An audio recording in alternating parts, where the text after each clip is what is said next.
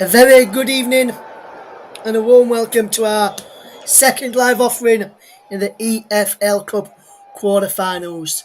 Tonight sees Tottenham Hotspur take on West Ham United in our featured game. There are two other matches taking place across this evening. One was played last night, which you may have heard with Mike Orman. That was Arsenal 5, Sunderland 1. Other games tonight, which will have goal flashes with JB during the commentary. Obviously, Tottenham against West Ham is Brentford versus Chelsea, and Liverpool take on Leicester City. Our featured game is Tottenham against West Ham. An earlier game in La Liga, just to tell you about, Granada 2, Atletico de Madrid 1.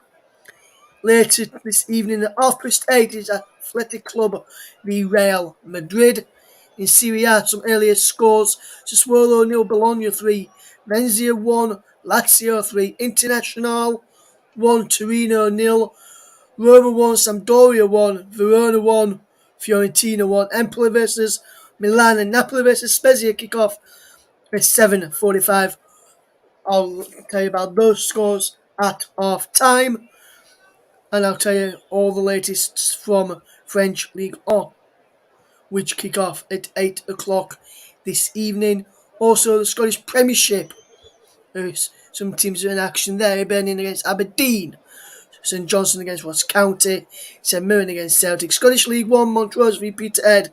And Scottish League 2 sees Cowan and Beef take on Edinburgh City as well.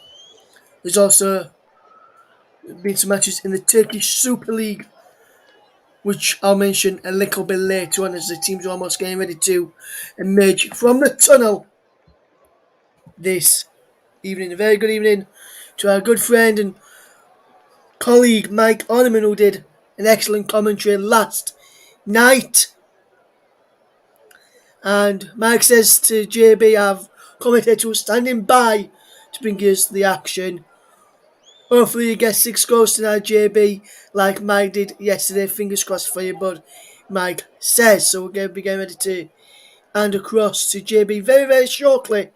In fact, what we'll get ready to do is we'll hand over to JB right now, in fact, for the build-up, and he can give us the all-important team news. Thanks, Russ. Thank you very much. Good evening, everybody, and compliments to the season for you all. Very Merry Christmas from me personally. And let's hope, and with the situation at the moment with being up in the air, let's hope we can give you some escapism for at least the next hour and a half. Let's start with Tottenham then, with their coach Antonio Conte. Hugo Lloris starts in goal. Back three of Davis, Dyer, and Sanchez. Then it's Doherty, Skip, Højbjerg, and Regulin, and then an attacking twosome of Bergwijn and Moore in the attacking midfielder roles, Harry Kane up front. So basically it's a 3-4-2-1 formation. For West Ham United under David Moyes, still in 4 competitions and doing well in the Premier League, 3 competitions and doing well in the Premier League. It's Abelowen in goal for the Hammers tonight. And then it's Johnson, Dawson, Diop and Hashby. In fact, Diop, Dawson and Johnson plays a back three. Masako, Sojcek, Rice, the captain, and Ashby. And Bowen and Lanzini will play as the attacking. In fact, Vlasic and Lanzini will play as the attacking 2 midfielders with Jared Bowen up front. So again, they're matching up in formation. 3 at the back, 4 in the midfield, 2 attacking midfielders and 1 up front. Golini, Royal, Roden, Tanganga, Winks, Lo Celso, Ndombele, Ali and Son for Spurs. They're the substitutes. And Randolph, Baptiste, Alice, Fredericks, Krau, Noble, who is the club captain for West Ham, Fornals, Ben Rana, and Yarmolenko. Referee tonight comes from Ashton on the Line, Greater Manchester, and that is Chris Cabinet. And we're all set for the start here at the London Stadium. 2 places and 2 points separate them in the Premier League terms. As Russ said at the top of the show, just a few moments ago. And of course, just a bit more team news. Russ has filtered through. No, Mikel Antonio, who's the top scorer, incidentally, with 7. He is out because of a positive COVID test. So the players will take a knee in just a second on Chris Cabinet's first whistle. And and right on cue, that is the case, and that is against the ongoing fight against racism, not just in football, but in society in general. There is no room for racism. And then on Mr. Kavanaugh's second whistle, Harry Kane will get us away then. So the quarter-final of the League Cup is up and running. We'll have the other two across for you. Any goals that go in those two games, I will bring them to you over tonight. Last night with Mike, as I was just about to say at the top of the show, Arsenal already through. If Spurs get through, we could have the potential of a semi-final of the North London derby of 2 legs worth.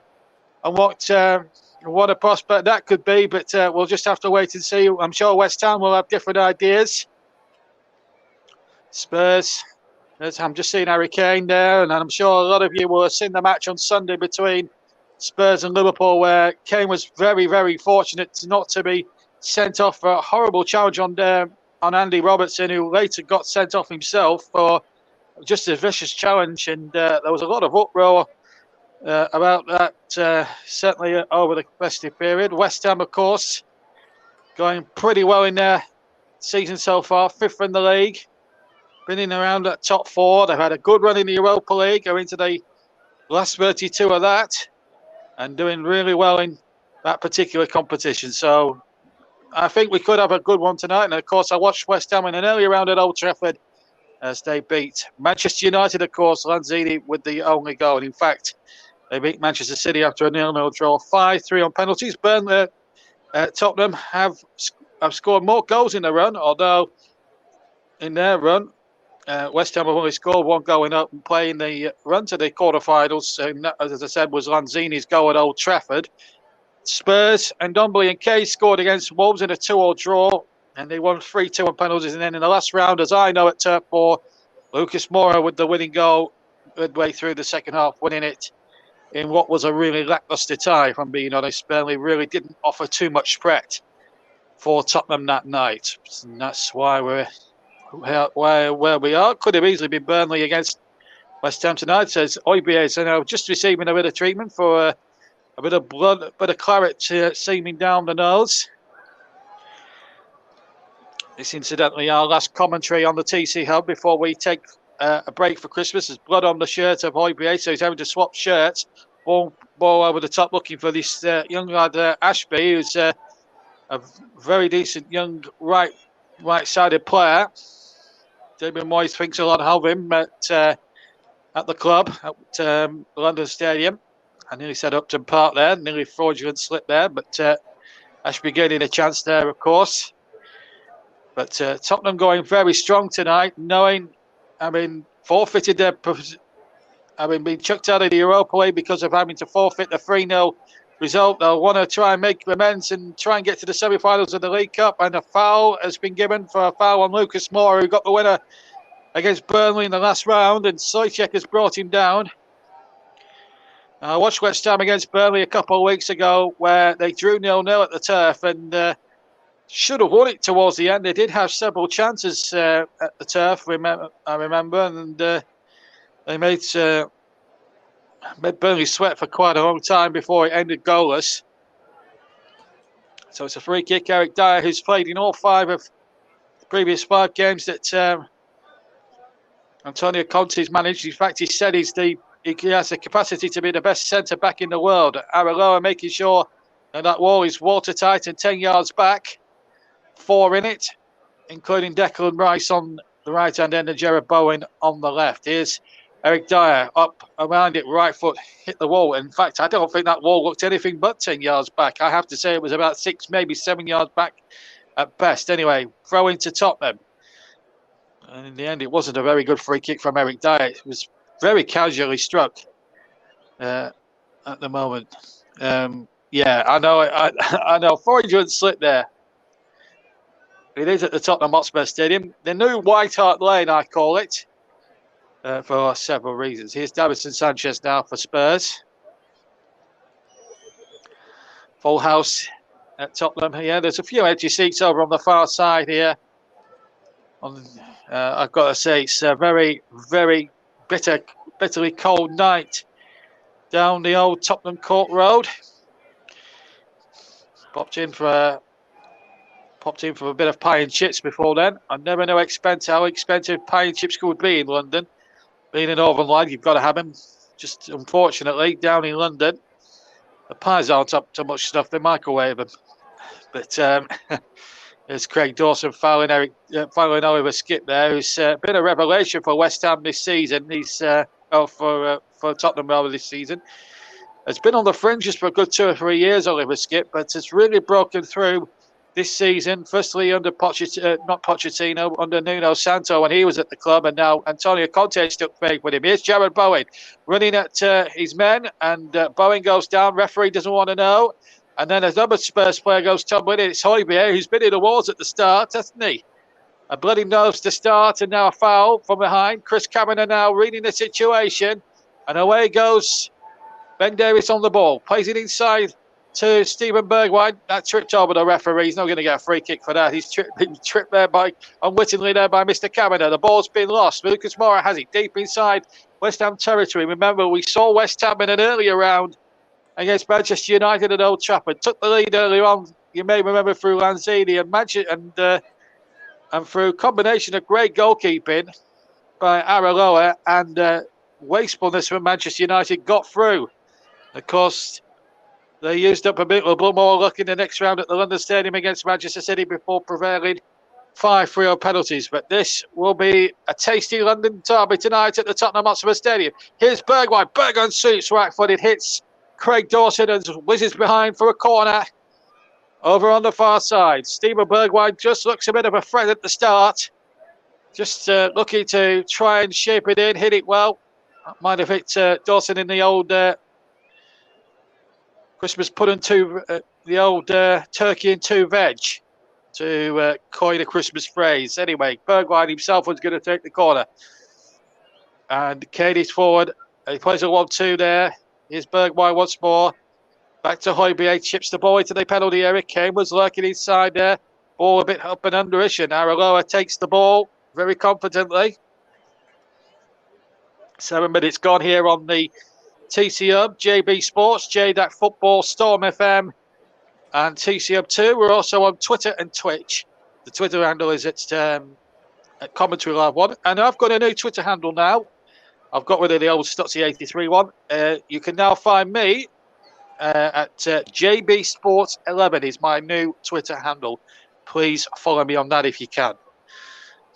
And of course, just to carry on, and of course, Russ's Twitter underscore is at media_journal. Media_journal if you journal. I think that's how you do it. Anyway, that's his Twitter handle. And of course, Commentary Live. Commentary Live 1 is our Twitter handle anyway. So there's a few Twitter handles. And don't forget, we've got the Melon streaming app sponsoring us this season. Official streaming app of the TC Hub. www.melonstreamingapp.com if you want to check them out. 8 minutes gone. Carabao Cup. No extra time tonight, incidentally, in case you were wondering. And that's a foul there by 2 Tottenham players on Vlasic. Bit of a meat in the sandwich there. Ben Davies has been identified by Mr. Kavanagh as the culprit. So this is a free kick deep inside Tottenham territory. I would wager it's about 30 yards or so from Lloris's goal. It's to the left of centre here. And this is where the likes of Souček, Rice, and certainly Lanzini will fancy their chances here. Now, I wonder if Mr. Kavanagh will get the Spurs ball back a good 10 yards. There was West Ham's was about 7 or 8 earlier on this evening. As we come up to the 9th minute mark at the TC Hub. Yes, #media_journal. Yeah, I've got it, Russ. and don't forget, you guys watching this game on all the YouTube frequencies. As Rice steps up, hits it right-footed, and he gives it the big right foot hammer, but he hammers it well over into the Tottenham fans behind Lloris's goal, away to my right for a goal kick. Just to remind you who's who in terms of colours. West Ham, both in traditional colours. Spurs in white shirts, dark shorts. West Ham in those famous claret and blue with white shorts and white stockings. And Lloris in that all-green goalkeeper's kit. gets a short goal kick in there. Davis kicks long down the left-hand side, looking towards Harry Kane, who's just trotted over halfway on ball. Couldn't find him. Ball play forward. Bowen's chasing that one. Eric Dyer comes across and prevents it from going behind for a corner. Just a throw into West Ham, almost in line of the 6-yard box of Tottenham on the right-hand side. Ashby's going to take it. Still 0-0 if you've just joined us. As the throw from Ashby finds number 31 here, Johnson. Johnson on to Ashby again. Takes the ball forward. Soychek. Nice little triangular football for West Ham. Ashby looking to get across it. Couldn't be found. Kane takes possession. Finds Skip. Now Bergwijn trying to feed Skip again. He's had a good season individually, Oliver Skip. I'm very impressed with him, although he could have easily been sent off in the last round against Burnley because he almost broke down. He had a very horrible challenge on Dwight McNeil, which could have broke McNeil's leg. But he got away with it. If VAR would have been at the Turf Moor that night, then otherwise your Skip would have seen red for it. But alas, we don't use VAR until the final of the competition. There will be certain games in the FA Cup around the third round. Should tell you that the FA Cup now, the first 2 rounds, the third and fourth rounds will not require a replay due to possible fixture congestions taking place now because of the Premier League, because of half the Premier League. About 3/4 of the Premier League didn't play on Saturday and Sunday. Here's Kane in the area. Kane shoots across the goal. Good save by the goalkeeper. Diving away to his left-hand side. Kane to the left of goal shot. Hit it left-footed. He was going towards the right corner and Amaralna diving to his left-hand side. Made a very smart and comfortable save, and West Ham now can get it away into play. There's been a goal at Anfield. Liverpool 0, Leicester City 1. Jamie Vardy, the evergreen Jamie Vardy, with a goal in 9 minutes. So Jamie Vardy puts Leicester ahead at Anfield. We don't know what team that Liverpool's put out, but you certainly make them favourites with Manchester City being out the competition. But if Liverpool were to go out tonight, well, what an opportunity for the likes of Brentford, Chelsea, and these two sides. Of course, the London sides, Arsenal safely through 5-1 against Sunderland. And Eddie Nketiah's hat-trick last night. This is number 3 now. Reguilon plays the 1-2, and it's Reguilon again, left-hand side, and Reguilon's cross is not a good one, and Arthur Masaku can get that ball down the line, but out of play for a throw-in to Tottenham. So 12.5 minutes gone. Tottenham 0, West Ham 0, Chelsea 0, Brentford 0, Chelsea 0. We'll keep you abreast of that one in West London tonight, across in West London. And of course, as I just said, Jamie Vardy with the goal, the opening goal of the night at Anfield. Liverpool 0, Leicester City 1 in that other quarter-final. Arsenal, as I say, already through 5-1 winners last night against Sunderland. Rice with that, oh my word, that was a hefty challenge there on Oliver Skip. And the referee will want words there. And in fact, a nice bit of sportsmanship between Rice and Skip. And I'll be amazed if Declan Rice doesn't get a caution card for that. That was very late in the extreme. No holds barred in that tackle. That was a certainty there. It was, I tell you what, it was there to be won. I don't think there was any doubt about that. It's one of those challenges where you don't compromise really in a lot of respects. And well, it was very, very boisterous, let's be honest. And there's been another goal actually. 2 goals in a minute. 2 goals in sort of 5 minutes for Leicester City. The FA Cup holders are 2 up at Anfield. That is a latest score. What a turn up for the Bucks there at Anfield. We don't know what team Liverpool have obviously put out. We'll get full details at half-time with Russ Burnham, who's hosting the show from a considerable warmth of the studio tonight. Whilst I've got a busket in the freezing cold weather that is Tottenham Hotspur Stadium. As Spurs come forward once again, and rather West Ham come charging forward once again. So, just to remind you, 2-0 to Leicester, 0-0 in the other quarter-final between Brentford and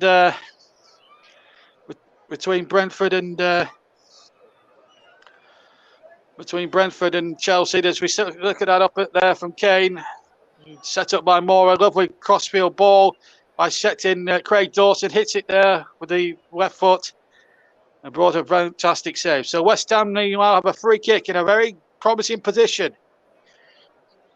Ashby's going to take it from the right-hand side. Can West Ham get their noses in front? But it's flared in there. Oh, that's a good fist away there by Lloris inside the 6-yard area. It was Jared Bowen actually who took the free kick, not Ashby as I initially thought. Tell you what, sort of might have caught me out there. Basically, it's because Bowen is playing up front. Anyway, that is Ashby, but he's lost it to Højbjerg. And here is now Lucas Moura. Moura running into space. Moura getting it forward. Can't find Harry Kane. He did score on Sunday in that 2-2 draw. But there was a lot of controversy at the time whether he should have been sent off or not. But, well, that was another time, and that's another day. So there we go. I'm just looking at, well, it's a very weakened Liverpool side, I've got to be honest. Yeah, it's quite, yeah, that's quite an interesting lineup there. And I'm sure he'll have his big guns on the bench there. And of course, you guys can chat as well in the comment section. In fact, here we'll have a few comments that we can talk you through when we get 5 minutes in play. Paul and Mike have been commenting this evening, and thank you, Mike, for the compliment before the start. It really means a lot, and it just shows what a great team effort we've got at the commentary hub. That everyone supports everybody, from myself to Russ, from Mike to Russ, from Russ to Nicholas to Luke, to Chris, and to everybody else, and of course Kieran, who was with us last week when we covered Barrow, and he really enjoyed himself there. West Ham, we last featured last week, of course, with Russ at Arsenal, not too far down the road here. As Basaku's cross deflects, and West Ham are forced to corner. And the thing is, Arsenal are playing so well. West Smith Rowe is a gem. And there's a few over there. No Trent, no Alisson, not even on the bench. It's great content. Well, yeah, thank you. Those are just some of the comments that have been flooding in. Anyway, Lanzini with a corner. Well, any updates from Anfield or from the Brentford Community Stadium, we'll keep you abreast of. 2-0 to Leicester, last we heard. Lanzini with the corner for West Ham. And it goes towards the near post. I think it might have hit the angle of post bar on the near post. I'm not sure if Lloris punched it away. I'd have to see a replay to check this one out. Here it comes into the penalty area. No, it was Lloris. Hard to tell from our angle whether that thundered off the angle of post and bar, but it thundered off both knuckles of Hugo Lloris. And West Ham now having a bit of a good spell here. Live League Cup commentary for a Wednesday night. It's the final commentary. It's off.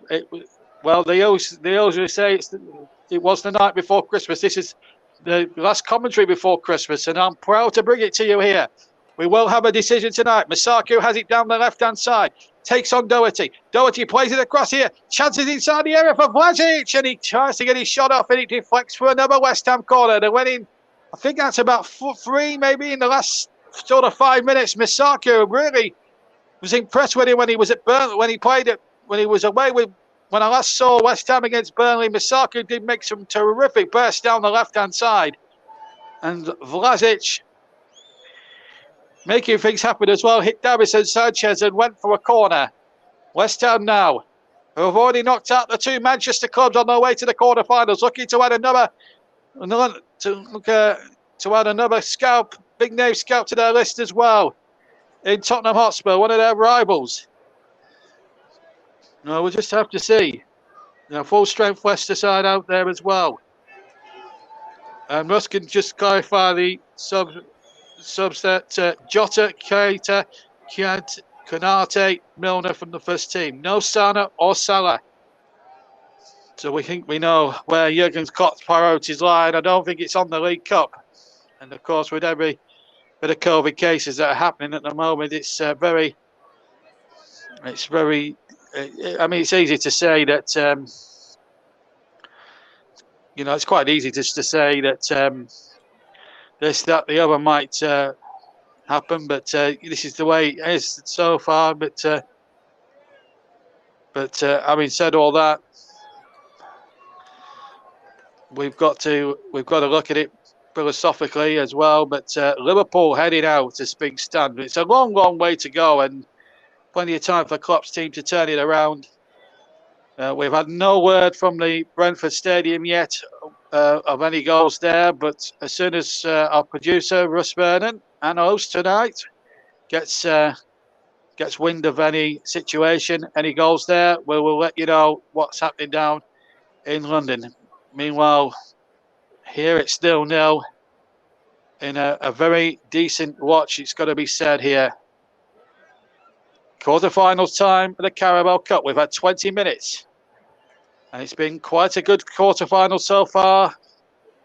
West Ham really making things happen, having a flurry of opportunities, but no real substance to them, which is really not up their cause in a lot of respects. But still, no goals here. Any goals that go in elsewhere, we will bring them to you first here on the TC Hub, your one-stop home of live audio football across the footballing world. And we've had some more comments coming in. Liverpool pull one back, apparently. 2-1 is now the score. Oxley Chamberlain has scored, according to Mike. So it's all happening. It's all happening at. I think it's all happening at Anfield. It's not happening too much here. But we've got Tottenham now on the ball, and there's a potential free kick there, and there is a free kick. Chris Carrigan has spotted it on the far side. Masaku is the player penalised. It was a foul on Doherty by Masaku. So Liverpool have scored in that quarter-final at Anfield. 2-1 to Leicester. Still 0-0 in the other quarter-final between Brentford and Chelsea. And we've had 22 minutes here at the London Stadium. I should stress all these games, all these quarter-finals that are being played from a 7:45 kickoff. And I believe the draw for the quarterfinals takes place after the game is finished here at White Hart at Tottenham Stadium, the new Tottenham Hotspur at the new White Hart Lane. Spurs free kick, right hand side, far side as I look. Spurs are taking the goal to my left in this first half. So 2-1. Oxley Chamberlain just getting confirmation from Russ and from Mike. We've had the confirmation. Can we see a goal here tonight? 6 last night in our other commentary game. We've had none so far in our second live offering tonight. Ball whipped in, a little deflection on the free kick. Kane reaches it. The ball comes back now to Doherty, who's gone to the left-hand side this time. IBA picks the ball up on halfway and then uses his goalkeeper, Lloris. And he knew there wasn't an escape route back towards that West Ham penalty area. He used Lloris there as a bailout clause. 23 gone. We're halfway through what's been a very competitive London derby. These two fierce rivals. Tottenham 0, West Ham United 0. Another potential foul there, was it, by Masaku? Goal kick has been awarded. And Masaku and Regulin just having a bit of a chat there. That was a good challenge there by Masaku. I know he did trip Regulin, but that was sort of a follow through. But Regulin didn't appeal for anything or say anything sinister towards Arthur Masaku as Aragoa, former Fulham goalkeeper, takes the kick. 24 gone here on the TC Hub in association with JB Sports, JDAT Football, Storm FM, TC Hub 2 and JB Sports, of course. 0-0. And, of course, we'll have a player of the match to pick later on in association with commentary services. And we might have a few headaches in that department. But here's a good player here going forward. Skippy's run something like 40 yards with the ball, halfway side the West Ham half. Ken gets it out to the far side. Still 0-0 if you've just joined us here on all TCL platforms. Ball played in by Kane into the area, and it breaks nicely for Arbeloa. No Fabianski in the matchday squad. Darren Randolph is the reserve goalkeeper, the vastly experienced Darren Randolph. 0-0 between Spurs and West Ham. London derby, another London derby taking place at the Brentford Stadium, but So far, no goals in that one.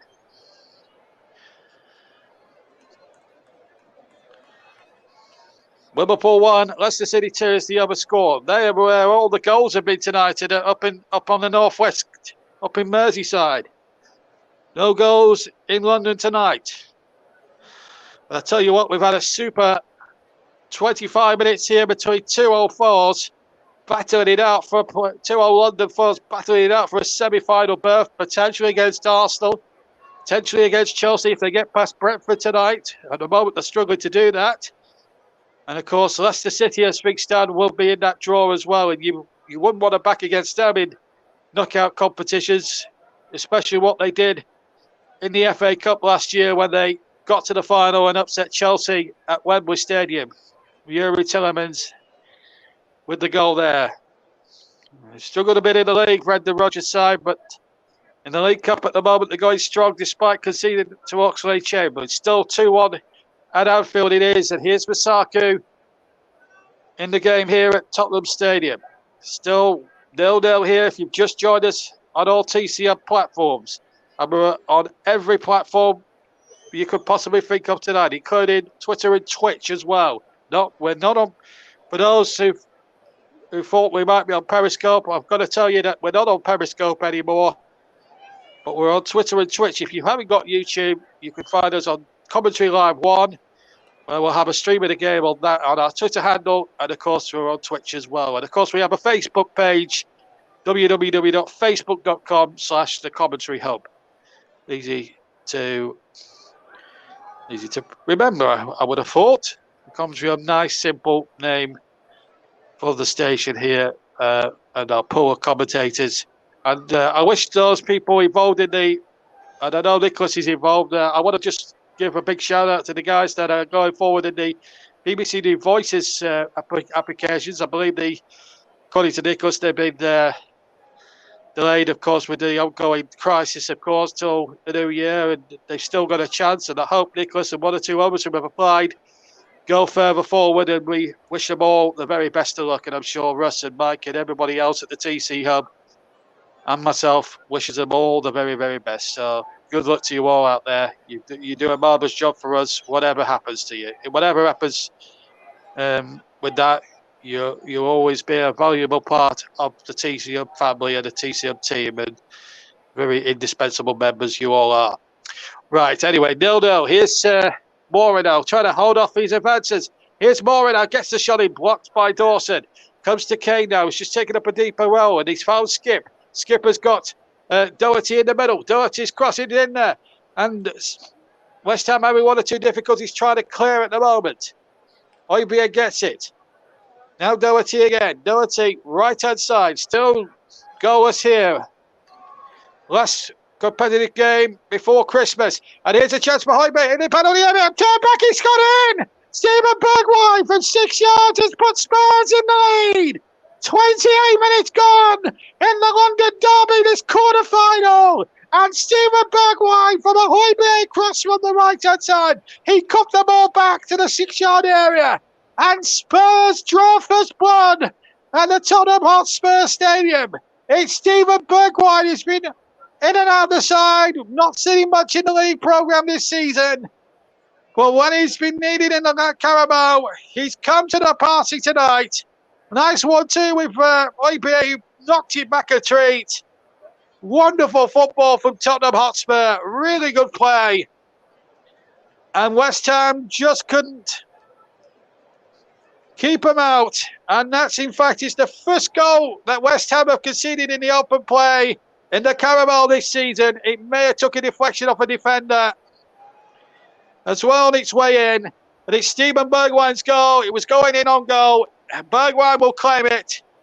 And it's Tottenham Hotspur 1, West Ham United now, and it's Spurs now with Vlasic. Vlasic now turns back. Now can Spurs respond, or West Ham rather respond through Lanzini. Cross comes in. Oh, that was a bit of a risky challenge there by young Ashby there. A little bit of inexperience maybe showing, but the referee allows it to go on. Header comes in. Oh, it's a great save! Great save, for fine save to his right by Lloris. It looked as if Souček had got the equaliser with a superb diving header. Great cross from the right here by number 11, Vlasic, and Sojcek's header. It must have been about 10 yards from goal, and the goalkeeper, whoa, what a leap, and what a big left hand to flip it across for a corner. And it's West Ham's third corner. I'm sure they've had more than 3 corners in the game. I might be wrong. Anyway, ball into the area, and Spurs all at 6s and 7s there. They were all at sea there. And here's Vlasic again. Vlasic has crossed. That's a beaut again. Another header in. Oh, another great tip over from Luis. This time going backwards to deny the same player again, Sojcek. I think they're having a little mini battle, these two. Oh, Luis, 2 super saves. Sojcek's header at the far post.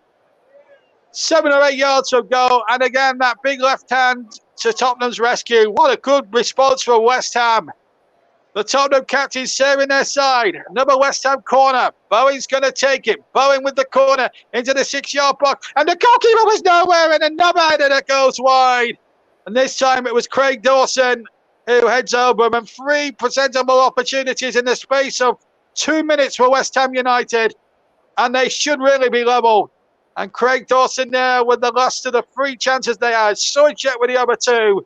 And well repelled by Hugo Lloris. We've had 31 minutes, almost 31 and a half minutes. So West Ham have possession again. It's Vlasic with a shot. Into the area he goes. It's Jarrod Bowen. Jarrod Bowen has scored. It's 1-1. Oh, what a Super Cup tie. What a response from West Ham. The right-footed Jarrod Bowen. And it's super smashing great for those West Ham supporters.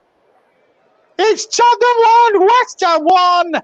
And what a quarter-final we've got ourselves here. Well, he saves Spurs twice, Lloris, but he couldn't do it the third time. And it all came from really carelessness from Eric Dyer from a short goal kick. Why do teams persist with this? I do not know.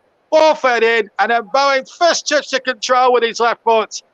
And what a super smashing finish with the right foot, to quote an old phrase from another Bowen. The late great Jim Bowen of Bullseye fame. Super smashing great for West Ham. And it's a super smashing, super great Cup quarter-final we've got ourselves here. David Moyes' side back in business. What a response. 1-1. Right, let's have a look at some of these comments that have been flowing in. Well, just a few things in the private, just in a few chat, but nothing happening at Brentford, by the way. I don't think there's been anything happening at Brentford. Still 0-0, I believe, in that game. But it's all happening here. 2 goals in 5 minutes. 6 shots apiece in the entire game. So it's been a cracking game, and 3 on target apiece. So you can't separate these two sides. Spurs held the lead for something like 4 minutes. So Bergwijn and Bowen, 1-1. Here's Rice in possession now, going towards the Tottenham penalty area, but the ball was ushered away by Spurs. Now we're seeing a real battling quarter-final here at the Tottenham Hotspur Stadium. What a Super Cup tie that we've got ourselves here. I'll tell you what, I wouldn't mind a big, nice scoring draw and a penalty shootout. You get your money's worth there, I'll tell you. No separating these two teams. It's been a super game. And here's a chance now for Bergwijn, who shapes to hit it with the right foot. Ball out to Bergwijn again, this time on the right-hand side. Bergwijn looks to go past his man, and he does so inside the area. Bergwijn, pulled back across. It's a goal! Turned in from 6 yards, it's Lucas Moura. Unbelievable scenes at the Tottenham Hotspur Stadium. 3 goals in a little over 6 minutes. It's end-to-end stuff here, and Lucas Moura puts Spurs back in front by 2-1. Oh my goodness. We're getting the Christmas cracker at the Tottenham Hotspur Stadium, folks. Tottenham 2, West Ham 1, and West Ham's parity only lasted 2 minutes. Wonderful run by Bergwijn. He's set up one now. A goal and an assist for him tonight. Here he is, takes it on the edge of the area. He goes past Lanzini as if he doesn't exist. Might have been pulled a bit, but kept his feet well. Ball back across the 6-yard line. And an easy job there for Lucas Moura to get his second goal in the Carabao Cup this season. That's his fourth in total, incidentally. Bergwijn got his first of the season, and Bowen has now moved on to 5 for the season as well, just to keep you up to date with all the scoring rates as well. And there's Bowen, who got his side back into it. 10 minutes still. I tell you what, it's been an exciting 35 minutes, and we're still got another 10 minutes of this magnificent game. First half still to go, and we might still get more drama.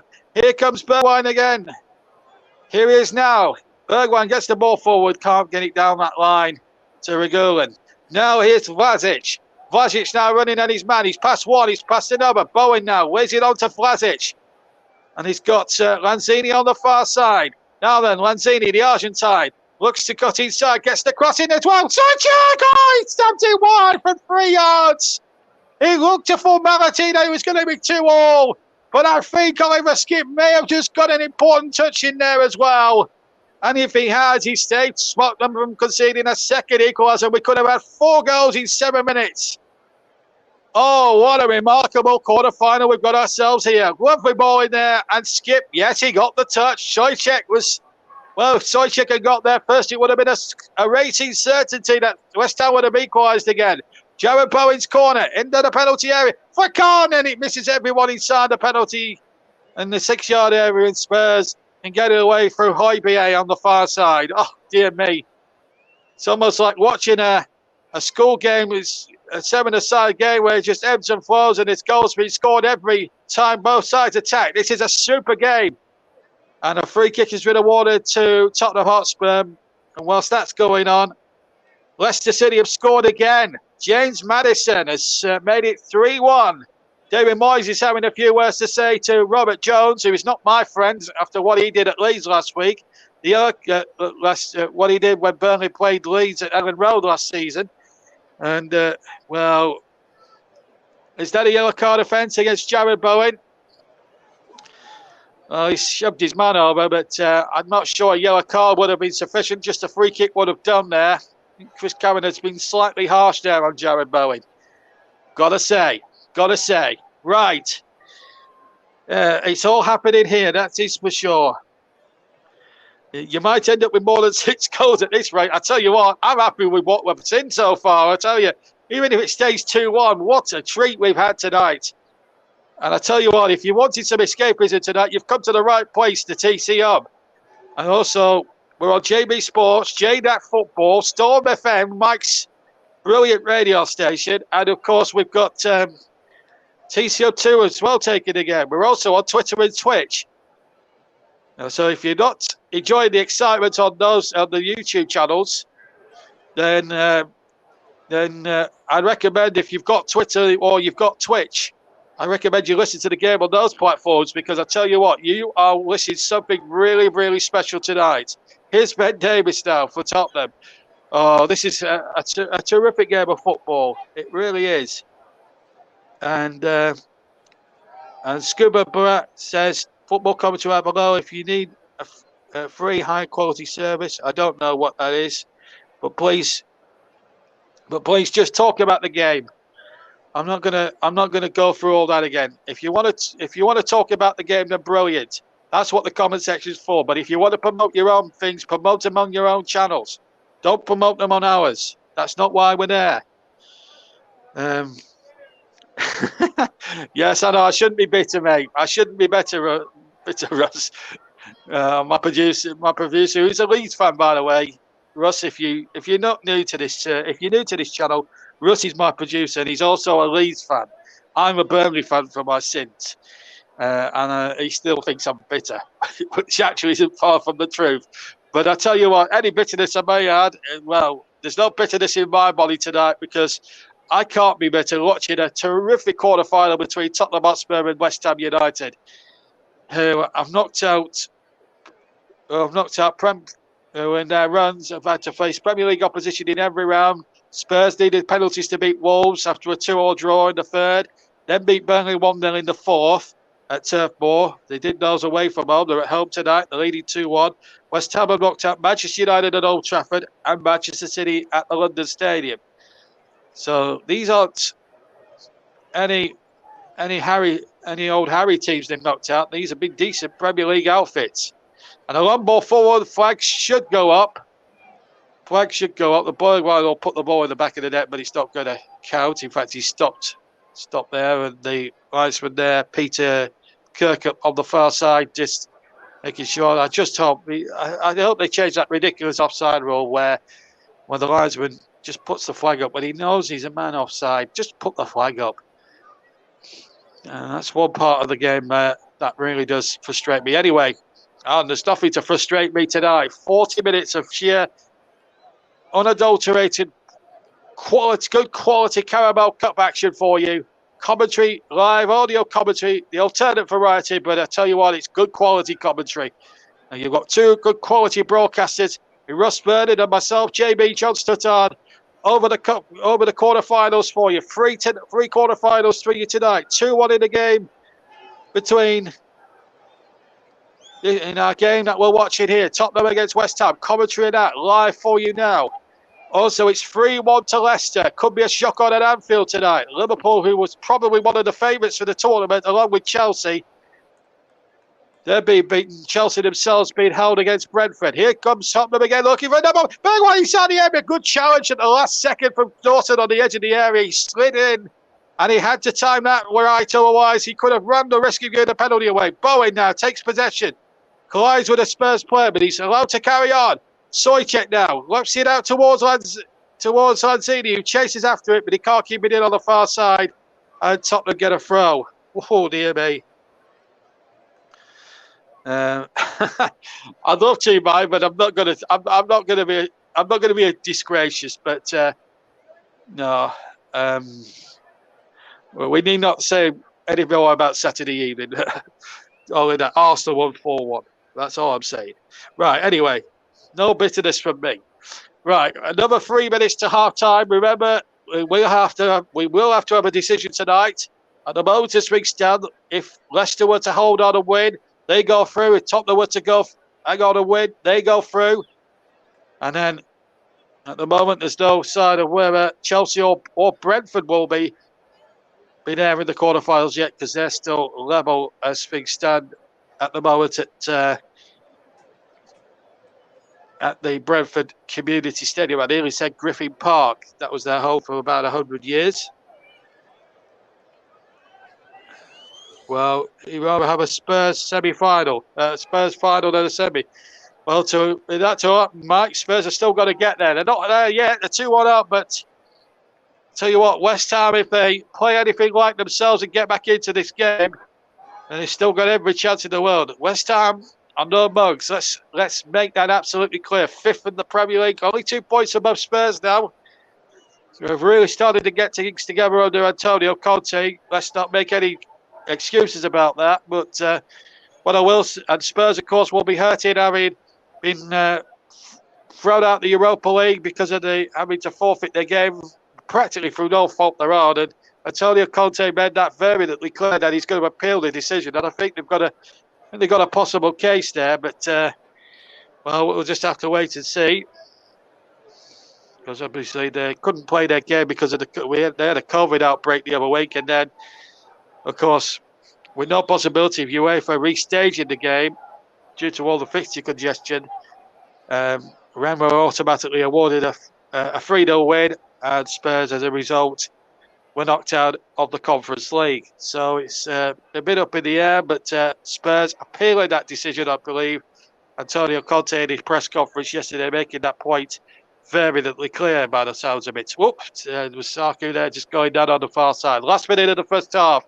Where has these 44 minutes shot by in this first half, I ask myself. I'll tell you what, I think we all need a cup of Bovril at half time, because it is, or whatever drink you take your fancy, other drinks are available. Tea, coffee, PG tips. Here's Ashby now, number 50, right-hand side. He's had a decent first half on the right. He's buzzed around everywhere. Declan Rice, the West Ham skipper, getting out to Masaku, who I've always been impressed with. I was impressed with him when I last saw him against Burnley 2 weeks ago when I covered them up at Turf Moor. Masaku still with Doherty. Ball out to the far side. Still 2-1. Here's Vlasic now. And Masako's cross is a decent one. Can't find Soychek. He could have had a hat-trick himself in this first half. He's had 2 or 3 efforts at goal so far, and he's done really well. Keep your comments clear, of course, folks. And we are still a family show. Here we know we will be passing the watershed in about an hour in about half an hour's time. But we are a family programme. Right, we're into 200 minutes at the end of the first half, for which we played 15 seconds of the first of the 2 minutes. West Ham have an advantage. Referee playing on. Still 2-1. If you've just joined us, Bergwijn and Mora for Tottenham, sandwiched in between that.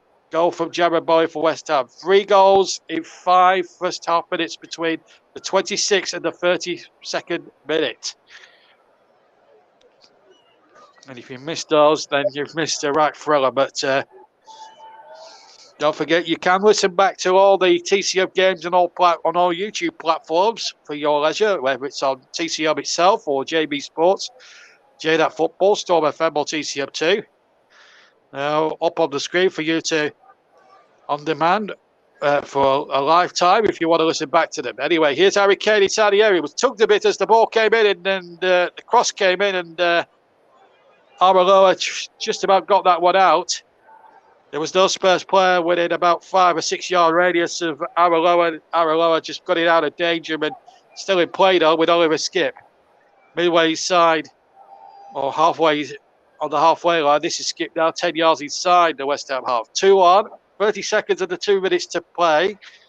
At the end of what's been a really flowing first half of real cup quarter-final football. Caramel Cup quarter-finals on the TCM. Last night we saw Arsenal with Mike give Sunderland a real footballing lesson at 5-1. Eddie Nketiah with a hat-trick. Here's Bergwijn, who's got one of the goals tonight. Reguilan's slow cross blocked out by a West Ham defender, which was Ashby. Did really well there, the youngster. As I said, David Moyes speaks the world of him. We played 2 minutes. Referee bolts for half-time. What a super first half. Plenty of talking points for sure, but the goals came within a 6-minute spell at the with a quarter of an hour within 26 to 32 minutes. Lucas Moura getting the third of those goals after Bergwijn had put Spurs ahead. Jarrod Bowen had equalised. Bergwijn after 29. Bowen 32. Moura 35. There were the scorers. So it's been a very air-and-scary but a fantastically enjoyable first half. Shots galore in the first half. We could have had more than the 3 goals we saw in the first half. Tremendous entertainment, and if you pay good money for a ticket here at the Tottenham Hotspur Stadium, you've certainly had your money's worth if you're a neutral tonight. I'm certainly getting my money's worth watching it for the TC Hub, and I have to say it's been an enthralling watch between 2 sides who have really gone at it hammer and tongue. So Bergwijn and Moura, Bergwijn's first of the season, Moura getting his 4th of the season, Bowen also getting his 4th of the season. The statistics, 8 shots to 7 in Spurs' favour, 4-3 in terms of shots on target in Tottenham's favour. West Ham have had it better on corners, 5-1 in their favour. 1 offside in the whole first half, that was to Tottenham. 3 fouls committed by Spurs, 8 committed by West Ham. 1 yellow card so far, that was for Jarrod Bowen. It looked a harsh decision and no yellow cards. Right, I'm now going to take a quick half-time bovril. But I'll see you again in 15. You'll hear from me again in 15 minutes, but we'll hand back to Russ in a minute. But just to remind you, Moura and Bergwijn the scores for Tottenham. Bowen sandwiched in between those 2 goals for West Ham. It's a terrific cup tie. I wonder what the second half will bring. Well, stay tuned on the TCM to find out. But we'll head back to the studio and to Russ Burnham with the half-time score here at the Tottenham Hotspur Stadium, of Tottenham Hotspur 2, West Ham 1. Thank you very much there to JB. We'll be back with him very, very shortly in plenty enough time for the second half as Tottenham take on West Ham in the EFL Cup quarter-final. In the other quarter-finals, all half-times, there's Brentford 0, Chelsea 0 and Liverpool 1, Leicester 3. Will Leicester cause a shock of the tournament so far? We'll stay tuned and to find out if they will in that one. Will Brentford cause a shock as well? We'll find out with that one. In the games in League 1 in France. Bordeaux 1, Lille 1. These are all latest scores. Come on. Strasbourg was postponed. Lorient v PSG. Lyon v Metz. Marseille v Reims and Saint Etienne v Nantes are all goalless. Monaco 1, Rennes 1, Montpellier 2, Angers 0, Nice 0, Lens 1, Troyes 0, Brest 1. In Serie A, early results: Sassuolo 0, Bologna 3, Venezia 1, Lazio 3, Roma 1, Sampdoria 1, Internazionale 1, Torino 0, Verona 1, Fiorentina 1, Empoli 1, AC Milan 2 at half time, and also at half time is Napoli 0, Spezia 1. In the Dutch Eredivisie, it finished MV 0, Feyenoord 3, Villeneuve 0, Nijmegen 1, Hercules 1, Cambuur 1 is the latest score, as Ajax 2, Sittard 0, and Utrecht 0, 21. In the Scottish Premiership this evening, Hibernian 0, Aberdeen 0, St Johnstone 1, Ross County 1, St Mirren 0, Celtic 0 at all half times. In the Scottish League 1, Montrose 1, Peterhead 0 at the break.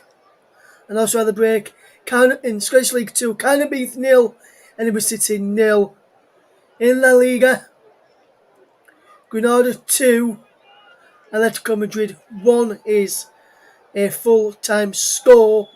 And after 8 minutes, Athletic Bilbao 0, Real Madrid 2, goals on 4 and 7 minutes for Karim Benzema, with 2 superb goals, according to reports. I hope everyone's doing okay, and thank you very much for choosing our coverage today. We'll go through some of your comments in a moment or so. Hopefully there's you some matches on Boxing Day from the Premier League, amongst others. Let's just say a few hellos to Mike and to Paul, who's been tuned in. Just going through just having a look, see if anyone else is tuned in who's looking here.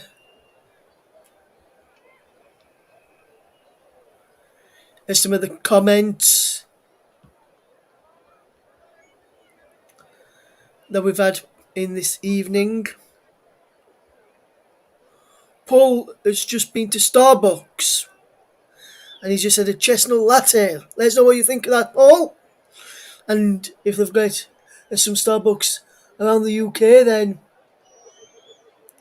people who want to buy, they can do. Just let us know. And Mike says, excellent first half. What a game so far.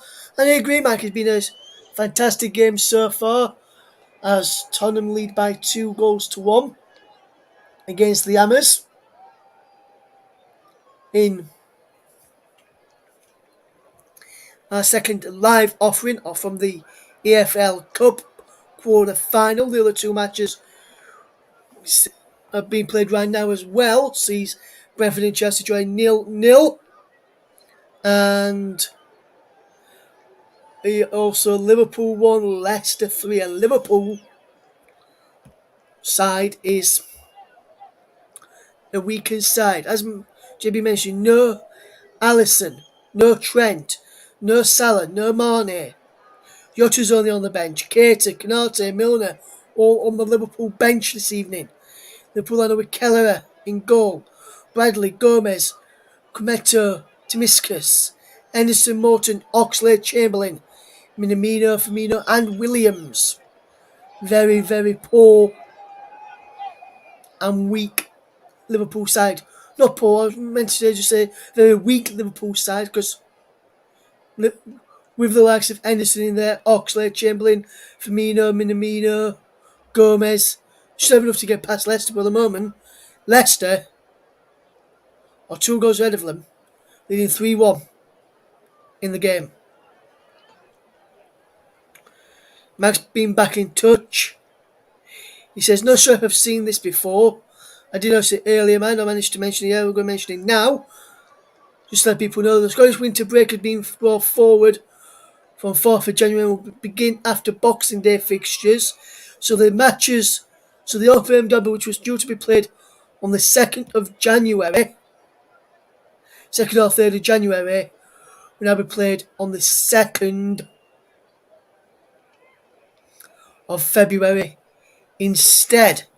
And with that chestnut latte, a Starbucks, Paul has been back in touch. Says, "Awesome. People should try it out." So, any Starbucks lovers out there, go and try that chestnut latte out. And then come back to us and let us know what you think. So then Paul can find out what you think of that drink. Let us know where you are this afternoon, this morning, or this evening where you are tuned in to us. And let us know what you think of the match so far. And let us know what your thoughts on Mike's commentary last night. We've already had some good comments in regarding Mike's commentary on the Arsenal v Sunderland game last night. Also, with the scores as they are, and teams that's already gone through, Arsenal's already through.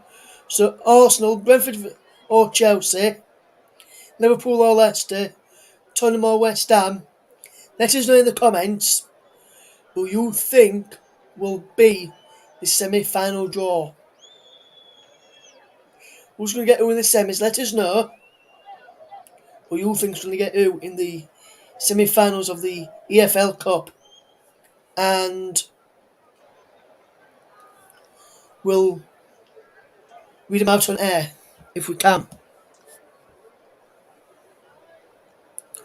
Paul is tuned in all the way from Calgary in Canada. Hopefully the weather is nice over there for you, Paul. Let us know what time it is for you as well, my friend. Let us know what time it is for you, my friend. And well, I think it's afternoon over there for you, Paul, but do confirm and let us know. Athletic Bilbao have pulled a goal back against Real Madrid. Sanchez on 10 minutes, while Lorient have just taken the lead against Paris Saint-Germain. Thomas Monkidot on 40 minutes to give Lorient the lead against Paris Saint-Germain in the French League 1. Coming up towards Christmas then, so JB mentioned it earlier on in the broadcast. Man mentioned it yesterday at the end of his broadcast. I'll mention it now on behalf of myself, Mike, JB, Nicholas, Jack, who we've had on before, Liam, Luke, Craig, amongst others who's been on the channel or been on and gone off, Dale Brooks, Matt Isles as well. People like those you've heard on the commentary over the past few months, past 11 months or so. We all like to wish you, John Kane as well from JDA Football, would all like to wish you a very Merry Christmas and a safe and prosperous New Year. This is our last one before Christmas, and then we'll be able to, then we'll hopefully return on Boxing Day with some live action for you on Boxing Day. Paul James says Chelsea, if they get through against Spurs, so Brentford or Chelsea against Tottenham or West Ham, and Arsenal v Liverpool or Leicester. Mike has put no really fuss at this stage. We'll have to beat a good team at this stage no matter what. Brentford or Chelsea, Brentford or Leicester will probably be the easiest in terms of buying tickets though. And hopefully Mike will be able, and hopefully on Boxing Day and on the 28th, you'll hopefully hear Mike again with some commentary duty, and he'll be dusting down his microphone for Young Up for Christmas to bring you some commentaries on the channel, which there's been some great commentaries from Mike since the channel started. Hopefully everyone is okay. Troy v Brest is now an half-time score, as is St Etienne and Nantes. So 0-0 between St Etienne and Nantes, and so Troy's 0, Brest 1. Bordeaux have taken the lead against Lille in first half stoppage time. Excuse me there. And Montpellier v Angers is 2-1 to Montpellier. And I'm just looking here now. 28 minutes and 10 seconds. Bergwijn 1-0 for Tottenham. 29 and 37. So a minute and 27 seconds later, Souček had the first chance. 30 minutes and 24 minutes, Souček had his second chance. 31 minutes, Dawson had his chance. 26 seconds after Dawson had his chance, Bowen scored. And then just over 2 minutes, 2.5 minutes, Lucas made it 2-1 to Spurs on 33.51. There's the West Ham players just making their way out of the tunnel very shortly. I can see them making their way out as well. For Paul, it says it's 1:43 p.m. for Paul right now, or 1:47 now, should I say? And it's about minus 8 degrees in Canada. He says, Merry Christmas and Happy New Year to everyone at the commentary hub. Merry Christmas to you, my friend, from myself, Mike, JB, and everyone else behind the scenes, Barry, amongst others behind the scenes, and even our new commentators who are yet to hear on the channel. The teams are getting ready to come back out right now. So without further ado, the men are ready for the second half in plenty enough time. He's back over to you, match commentator. He's over to you, JB. Thanks, Russ. Well done for taking us through that 15 minutes. I've had a nice little warm up, although it's still very, very cold here. But we've had a thrilling first half to warm up the cockles on a cold December's night. Only 2 days before the big day of Christmas Day, which takes place on a Saturday, of course.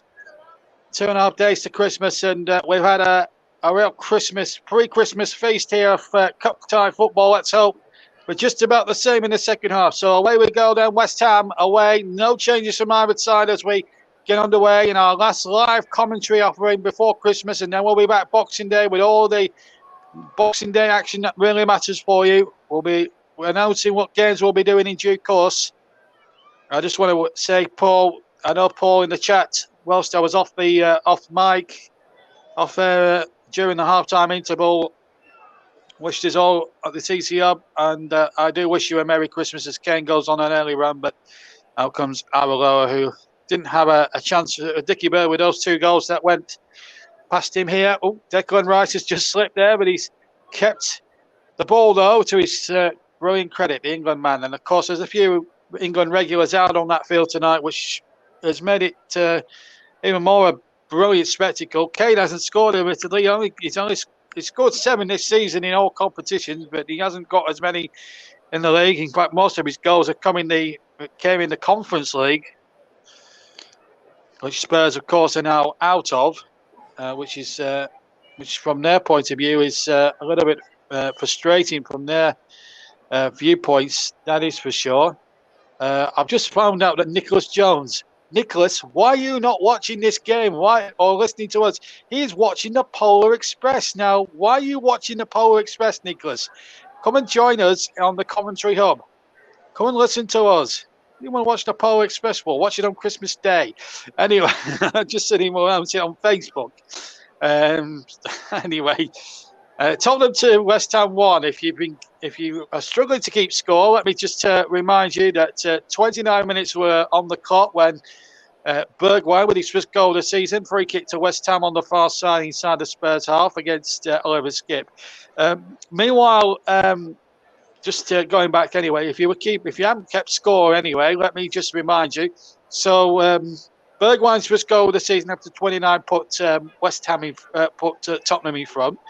Then 3 minutes later, West Ham levelled through Jared Bowen. And are you with me? Do you get my drift? And then 10 minutes from half time, Lucas Moura tapping in to give Spurs a 2-1 lead. And that's where we stand now at this moment in time, as Diop now plays it to Dawson. Dawson now on to gets that ball down to Mos Masaku. But again, the ball has been lost. And here's Lucas Moura just taking a bit more of a deeper role. Skip to Kane. Kane takes it down. Nice football this now from Tottenham. They're looking very, very good, comfortable on the ball. Bergwijn has it. Pirouettes away from a West Ham defender. Kane now waiting in the middle. Kane gets it on the edge of the box. Tries to feed Bergwijn, but Declan Rice read his England colleague like a book. And now here's number 11, Vlasic on the far side. Feeds Jared Bowen. He's just taking a roll towards the right-hand side, although he did start in the Michail Antonio role. Michail Antonio, if you didn't join us at the start, and you're wondering where Michail Antonio is tonight, he's not being rested or anything. He's out because he took a positive COVID test. So he's self-isolating at home as we speak. And hopefully he'll be okay for him to come back for some of the holiday fixtures that are coming up. Of course, there's going to be a huge block of holiday fixtures. Then after all that excitement, we've got the FA Cup third round, which has to be decided. Third and fourth rounds to avoid fixture congestions have to be decided on the day. And of course, the Scottish Premiership have voted to have a winter break after Sunday's fixtures, which coincides with the stringent COVID rules that Nicola Sturgeon has just applied up in Scotland in the last day or two. So that's breaking news coming from Scotland, that the Scottish Premiership games will be taking an earlier winter break as originally planned. Anyway, here's Oliver Skip through the middle, ball out towards the far side. And here's Ben Davies. He'll run at his man. Good football this. Bergwijn has possession. Midway now inside the Tottenham half. The West Ham half. Inside the West Ham penalty area is Bergwijn. Bergwijn tries to get a shot off. Blocked by Dawson. Then Shop comes back in. Another deflection. That's a massive deflection. It was Skip's effort. And it will be... I think he signalled a goal kick. Did it go for a Tottenham man last? I'm just having a look at the replay here. Comes to over Skip. Yeah, hits Bergwijn actually and goes well wide of target. In fact, I think Skip's shot was going wayward. Very wayward indeed. Did give it the big hammer. And that's a foul on the far side. 3-kick West Ham. Well, I think the referee's allowing an advantage here because West Ham do have possession with Vlasic anyway. So...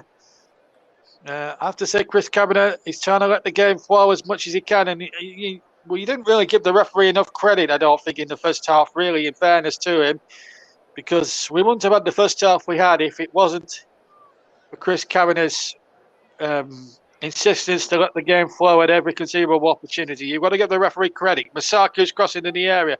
Dyer got there, but it wasn't the best of clearances, but Spurs still have possession. We've had just over 5 minutes of the second half played on all TCM platforms, and it's still Tottenham Hotspur 2, West Ham 1. All the goals come in within a 6-minute spell of the first half between minutes 29 and 35. Bergwijn with the first goal, Bowen with the equaliser for West Ham, then Lucas Moura with the third goal of the game, putting Tottenham 2-1 in front. Tottenham attacking the goal to my right, incidentally. West Ham to the left, where all their supporters are situated behind. And here come West Ham now, intercepting in those claret and blue shirts. Tottenham in white. Here's Lanzini for West Ham.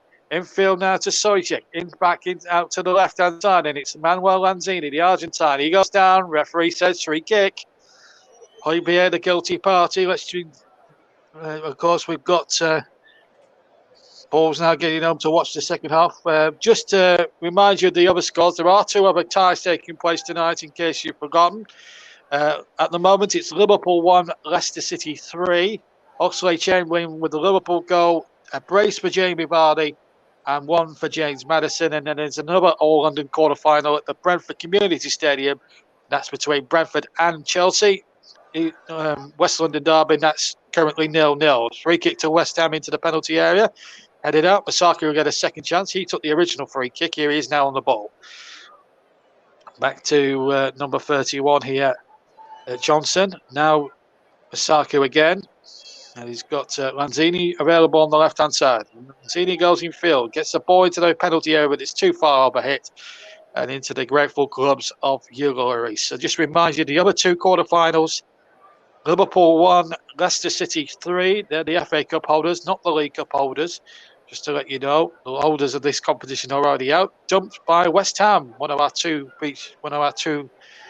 competing teams tonight in this main event here on the TCM and all platforms.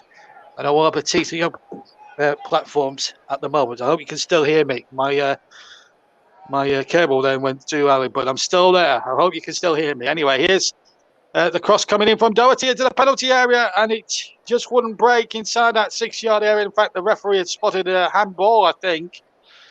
And I think West Ham are going to get the decision in any case.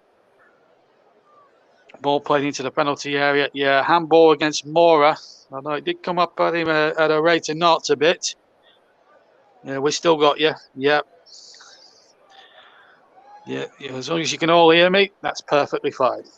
Just remind you, Brentford 0, Chelsea 0, and Liverpool 1, Leicester 3 in the other two quarterfinals taking place tonight. Tottenham, as you know, winning 2-1. All the goals, incidentally, coming in the first half, both here at the London Stadium, at the Tottenham Hotspur Stadium, and in the other game at Anfield. No goals in that other game. 5-1 to Arsenal last night in that other quarter-final. An hat-trick for Eddie Nketiah that night, putting Arsenal in the semi-finals. And that what was an uncertain start to the season, losing 3 on the bounce, Arsenal's season has really got into something like 4th or 5th gear now, and they're playing some really nice stuff at the moment. Had a bit of a blip a couple of weeks ago, but they seem to be out of that blip. Good win at Leeds on Saturday. Sorry to remind you, Russ. And then another good win against Jack Ross against Sunderland last week. Really put in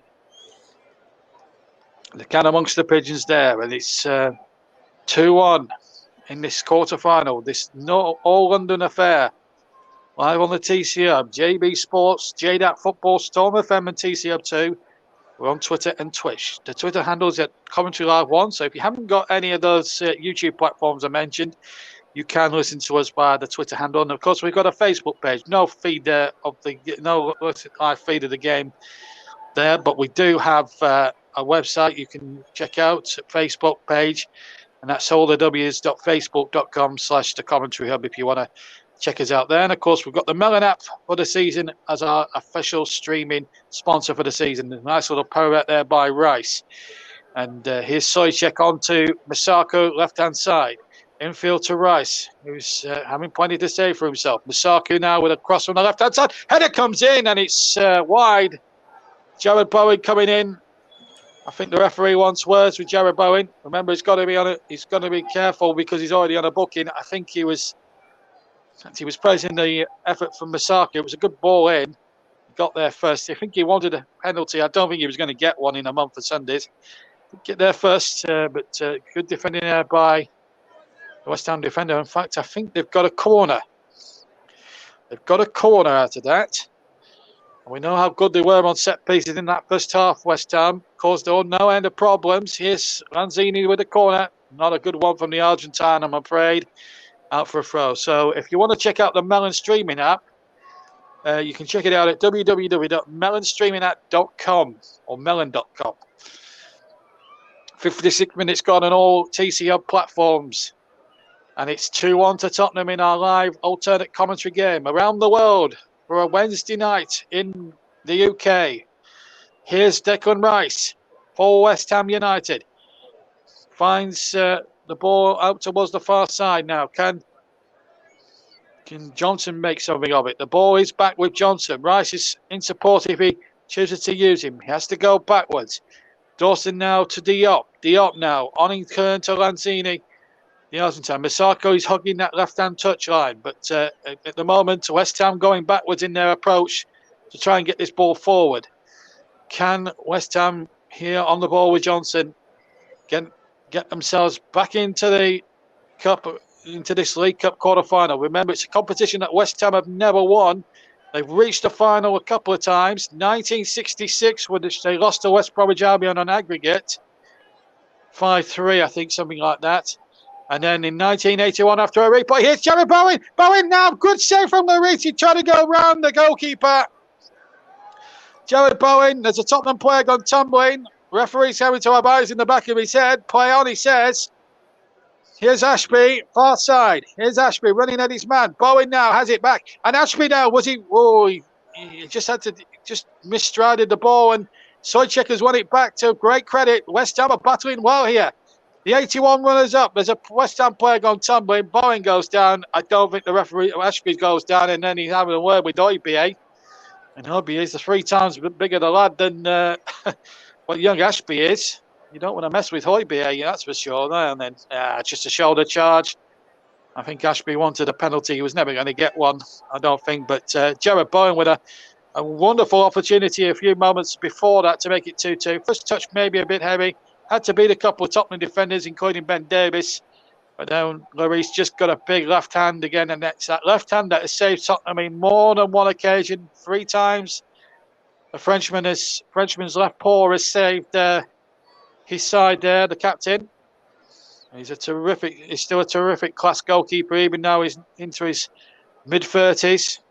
Been around for so many years with Leon. We like to see activity on the Spurs bench. It looks like Son Heung-min, the top scorer, will come on. 8 goals to his credit in all competitions this season. Still a super little player, that South Korean wizard. So he's a super little player, that is for sure. I won't mention it again, Russ. I promise you. Anyway, we've had a few blockage. We've had a few people blocking. If you're going to comment, please use the comment section to talk about the game. No swearing, no promotion, no self-promotion, no nothing. Misaki for West Ham. Oh, that's a disappointing cross and over for the goal kick into the West Ham fans. Last time I mentioned it, Russ. Last time I mentioned it. Looks like Son Heung-min is going to come on now for Tottenham. It's been I tell you what, though, if you have paid a few quid to watch this one tonight, Bergwijn's going to come off and he's getting a wonderful ovation from the Tottenham Hotspur supporters. It's good to see, really.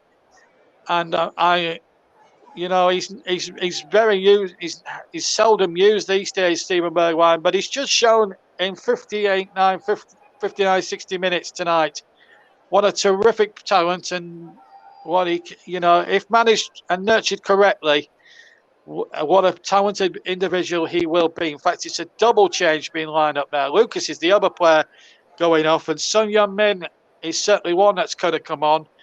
And I wonder if the other one is Harry Winks. It is Harry Winks indeed. What a good guess.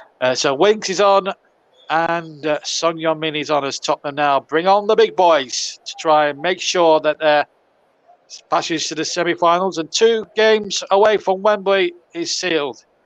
But West Ham, whilst they're still breathing in this competition, they've still got every possible fight left in them now. We've got half an hour plus injury time to go. If West Ham were to score again and there was no further scoring, we would not require extra time regardless if it ended a draw. It doesn't matter what the score would be if it was a draw, 2-2, 3-3, whatever, should it go that far. If it was a draw after 90 minutes, we would go straight to a penalty shootout. And what more drama could follow. But here's Son Heung-min, Spurs leading 2-1. Doherty now with a cross, deflects. And Areola keeps it in by his right-hand post. And Spurs want a corner, they're never going to get it. Areola kept that in pretty comfortably anyway, as Matt Doherty got the cross in. Comes off the chest of Masako as well as his arm. I think they wanted a handball. Yeah, off the chest and then onto the hand, but it was all in a bit of a daze and a flash, really. And no way Chris Kavanagh from Ashton underlying Greater Manchester was going to give that in a month for Sundays. Just remind you, the 4th officials, Chris Kavanagh is the ref. Dan Cook and Peter Kirkup are the 2 assistants. Only one thing for them to do tonight, that was Peter Kirkup to go an offside against Bergwijn. And Rob Jones is the 4th official this evening. with an envious task of trying to keep both David Moyes and Antonio Conte in check. Meanwhile, free kick just inside the Tottenham half to West Ham. Antonio Conte, once again, looks as if he could pass off a play and give us a clue. Lionel Blair in disguise, anyone? So anyway, just to remind you the other scores, we'll get Russ to post a confirmation update of the scores. But as far as I'm concerned, it's Kane plays the ball in there. It's still Liverpool 1 by my reckoning. It's still Liverpool 1, Leicester City 3, and I still believe it's still 0-0 in the other game across London between Brentford and, of course, Chelsea. But I'll get Russ to double confirm them for you, and then I can then be sure in my own mind. I don't want to be giving out later scores when they might be wrong. So I'm just going to get Russ, our producer, to sort that one out for us and just make doubly sure that that is still present and correct, those two other scores. What I can tell you, it's still 2-1 to Tottenham in our live commentary match. And I'll tell you what, it has been an absolute treat for the neutral here this evening. And yes, it's still 0-0 at Brentford, 3-1 still to Leicester at Liverpool. So, yeah, and of course it's 2-1 here. And here's Son on the ball. He's been fouled from behind. Free kick. Johnson, the guilty party this time. Son Heung-min, well, I wouldn't say feeling it a little bit, but I think he's probably milking it a little bit there, the South Korean. But it was a push in the back. I'm not sure if it caused any that much serious injury for Son Heung-min, to be perfectly frank with you. But I think some players milk it more than others. Some players have just got to shut up complaining and just get on with it. Here's Son Heung-min, picks it up 10 yards inside the West Ham half. Darts towards the left-hand side. He finds Oliver Skip, who's had a terrific game tonight in midfield. Certainly made the Tottenham midfield tick. In towards Son inside the penalty area. Back to Skip, crossing from the right. Deflects away. And West Ham starting to tire a bit. Yet to use a substitution. We play 64 minutes here, just over. Still Tottenham Hotspur 2, West Ham 1 in a thriller-minute cup tie here. Winners, of course, will go into the semi-final draw, which takes place, I believe, after the final whistle goes around the grounds tonight. Of course, at the moment, where things stand at Brentford, they're on their way to penalties. As Sanchez now gets the ball out there towards Doherty, and now Son turns away. Still 2-1 to Tottenham here in our live commentary from the quarterfinals of the Carabao. The semi-finals, incidentally, will take place during January, and then the final back to its usual date in late February. Of course, because of the COVID outbreak, it got pushed back to the 24th of April last year. Manchester City won that match, but are not involved at this stage this season alone. The last 3 seasons, that League Cup has been an exclusive property of Manchester City, not this season. West Ham still have a chance, but it's 25 minutes for them to find something now. Otherwise, their terrific run, which has seen them beat both Manchester clubs, will end not too far down the road from where they are at the moment. About 6 miles separate these two clubs in terms of geography of London, 6 to 8 miles. But very fierce young London rivals for sure. And Diop now finds Dawson on the edge of his own area. And now Johnson has it. Johnson has to go back to his goalkeeper. And so there's been some more comments. Paul says, I feel sorry for Antonio Conte, and he's an excellent manager, but he has an almighty success. Well, it is when you've got a chairman like Daniel Levy, who's very reluctant to open the purse strings like a certain Burnley chairman used to be, a former Burnley chairman. Called Mr. Garlick, but I won't moan on about him too much. But Daniel Levy was certainly one that never gave his managers too much of a purse strings. Of course, Spurs have never really been that great, the same really since Pochettino left. But I don't think he'd make much difference if he went back. But I think they've got a good manager in Antonio Conte, and if he gets funded in January, so much for him, the better. Here comes Spurs now, looking to settle matters here now. In the remaining 25 minutes, the ball across and it was knocked away, and then West Ham get a free kick on the near side against Oliver Skip. And they have a little bit of respite. But once again, a real opportunity there for Tottenham to try and settle any lingering doubts that it could be their name on the Carabao. Double substitution for David Moyes. We're going to see Fornals come on. Vlasic comes on. Benrahma is going to come on as well. Benrahma, who's got 6 goals to his credit, he's on. And we're also going to see Fornals on for Lanzini. So Moyes is playing his hands now. He's playing his jokers. West Ham have got fresh legs, and they've got quality fresh legs. Benrahma is a threat. I was impressed with him when they played, when I last saw West Ham or commentated on him in that 0-0 against Burnley. Came close on a couple of occasions, if memory serves me right. And then, of course, we remembers that Declan Rice thunderbolt, which just scraped Nick Pope's crossbar. But it finished 0-0. And Burnley were very lucky to end up at 0-0. Here's Diop now getting the ball back to Aragoa. Aragoa slips as he kicks, but West Ham still keep possession. Actually, to be perfectly honest, here's Johnson, and just to go back now. Here's Declan Rice, the England man and West Ham captain. Of course, the actual club captain, Mark Noble, is amongst the substitutes. So one club man, one club legend. No. What can we see now from Benrahma as he plays it back to Diop? Diop on turn to Craig Dawson. Dawson now. West Ham still going for the jugular now. They've played well over 68 minutes. And we're played halfway through the second half on the TC Hub, JB Sports, JDAT Football, Storm FM, TC Hub 2 on Twitter and Twitch. If you're not on YouTube, you can listen to us on Twitter or Twitch. The Twitter handle is Commentary Live 1. Let's not beat about the bush there. Here come West Ham with Ashby. Cross comes in. Benrahma inside the area. He turns and he shoots and he hits it over the top into the West Ham fans. Away to my left-hand side for a goal kick. We've played 69 minutes. It's still 2-1. But Benrahma, with his first opportunity, swiveled, turned and shot. Ashby's cross was a decent one. Had to turn, swivel and shot, and then it was a rather lame excuse of a finish. With his left foot, which ballooned quite high into the Tottenham half of that stand away to my left-hand side, as opposed to the West Ham part. 10 shots apiece throughout the game. On target, 4 apiece. It's been a super game and a super contest, and both teams have got to be credited for putting on a terrific evening's entertainment here at the Tottenham Hotspur Stadium. Certainly West Ham have given it a really good goal, but they are on the wrong side of 3 goals at the moment. It's the outgoing 3 that's deciding it right now. Tottenham 2, West Ham 1.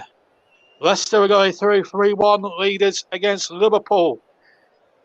So the FA Cup winners are taking a giant step towards that famous 3-handled trophy, of course. Of course, the League Cup final has been going for over 60 years now. For 7 years of its existence, the finals were played over 2 legs. You have to go back to 1967 for the first Wembley final, and ironically, it was a London club that won it. Third Division Queen's Park Rangers with Rodney Marsh coming from 2 goals down to beat West Bromwich Albion in the first ever Wembley final of this competition. Mark Lazarus, the goal scorer of the winning goal that day after Clive Clark had scored twice for the Albion. Spurs have won it in 71, 73, 99 and 2008. So they've got history in this competition. West Ham have lost twice in 60, 68, 66 and 1981. But at the moment, they're asking all the questions here with Masaku. Masaku's cross hits Skip, out a play for a throw. It's been a remarkable second half here. And there's more drama at Anfield. I'll tell you about it at the moment. There's been another goal at Anfield. In fact, I'll tell you it now with West Ham still in possession. Diego Jota has just pulled a goal back. Another goal back for Liverpool. It's Liverpool 2, Leicester City 3 now. Still no score between Brentford and Chelsea as far as we can see. So anything can still happen here. Rice on the ball now. Gets it back to Arbeloa. Arbeloa now to Declan Rice. 2-1 now. 3-2 at Anfield to Leicester. who last won this competition in the year 2000. As I said, West Ham have come close to winning it twice. 1966 when they lost on a two-leg aggregate final to West Bromwich Albion. I think they lost 5-3, I think, after aggregate. I think something like that. I remember it's a long, long time ago, but it was the same. In there was Hurst, Peters and Moore, the backbone of that 1966 World Cup winning England side. Disappointment for them that night, but they went on to have greater triumphs that evening. And then here's Ben Warmer. Ben Warmer now into the area. Was Sojcik offside? The linesman said yes, he was. Free kick to Tottenham. And Peter Kirkup signals the first offside by my reckoning for West Ham this evening. So it's been a tough one so far for West Ham at this moment in time. But I tell you what, if you wanted with thrills and spills and entertainment, we certainly had it there. I don't know what Nicholas is playing at. Why aren't you not listening to us? You're listening to pure, unadulterated entertainment. Who watches the Polar Express before Christmas? Watch it on Christmas Day. Anyway, here comes Kane now. Kane now leads it in, and it's Son Heung-min. Oh, his first touch was heavy.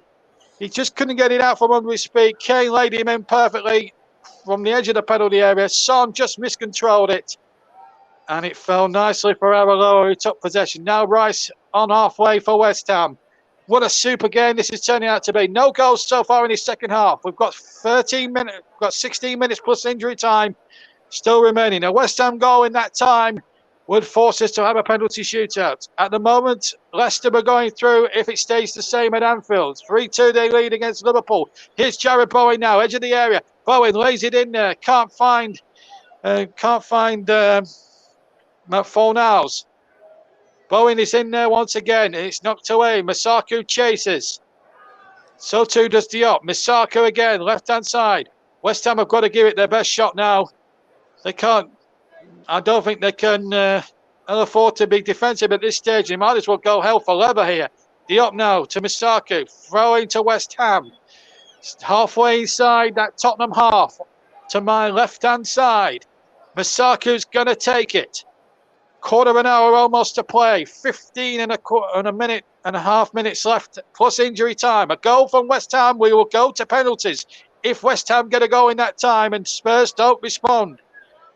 Oh, there's no further scoring ball played in. It's easy for Lloris to pick up.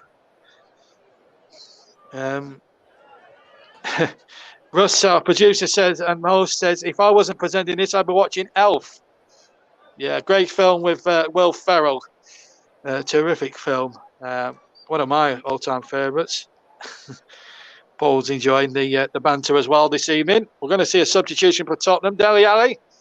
Looks more like Ruud Gullit these days with his different coloured dreadlocks. He looks like a cross between Bob Marley and Ruud Gullit. Is Dele Alli.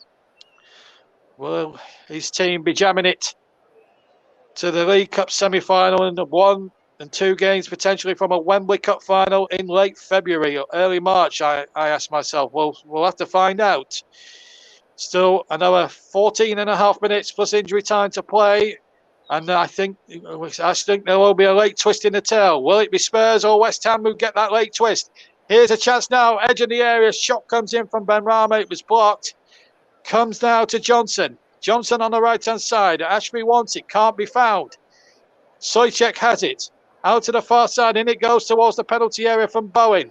He's lost out there once more, but it's still 2-1 to Tottenham, and it's been a terrific game of football, end-to-end, non-stop attacking thrills. You can't get much better than that. We've had 76 minutes here at the Tottenham Hotspur Stadium, still 2-1. Elsewhere, it's as Dele Alli now replaces the brilliant Oliver Skip, who's had a marvellous game again. Certainly a candidate for player of the match, which I've got to choose in something like 10 minutes from now. And certainly he's one of the candidates, potentially along with at least all three of the goal scorers for that accolade. Bowen's worked well. I've been impressed with Misako. He's another candidate. And of course, you can't leave out Bergwijn as well, and Lucas Moura or Jared Bowen either. But certainly, you've got to say Oliver Skip's had a very good game in midfield. been very impressed with him as well. And Declan Rice, you can't write him out of it yet. He's a terrific talent, and he's shown some good touches on the ball tonight. And here he is on the ball immediately, but he's giving it away, and the ball is hooked away. But it'll come to Dawson now, 10 yards from halfway, inside his own half. Don't worry, be happy, JB. I'm happy. Don't worry. We've got plenty of escapism for you tonight, lads. And if you're listening, it's lovely to have you with us on all platforms, whether you're on TC Hub itself, JB Sports, Storm FM, JDAT Football, or TC Hub 2, or you're on Twitter or Twitch. If you haven't got any of those platforms, as Real Malenko prepares to come on, then we're very delighted to have you with us. I hope you're enjoying every second of this live alternate commentary from around the world and all on YouTube, across 5 YouTube channels, and the Twitch channel, and of course the Commentary Live Twitter handle as well. But we're going around the world to all our listeners tuning into our alternate commentary from America to Australia, from Australia to Canada, from Canada to France, from France to Italy. You can find us all on all those frequencies. Ball played into the penalty area. Comes to Masaku. Masaku's cross needs to be a good one. Hits the defender. Goes for a throw-in for West Ham. So 2-1 in this London derby. Worldwide alternate commentary of West Ham, of Tottenham 2, West Ham 1. Here's a chance now for Ben Rama, who shoots, hits it right-footed, but it's down Lloris's throat. Bounced awkwardly in front of the big French goalkeeper, but he kept his eye on the ball. It was a speculative effort by the substitute Ben Rama, and good goalkeeper from Lloris. You'd expect him to hold on to those. Took it inside his midriff and got both hands and body behind that all the way. So we're 11 minutes away, Spurs, they're 11 minutes away. Ashby's going to come off now, and Yarmolenko is going to come on. Ashby has had a decent game. Harrison Ashby, to give him his full title, giving his full name.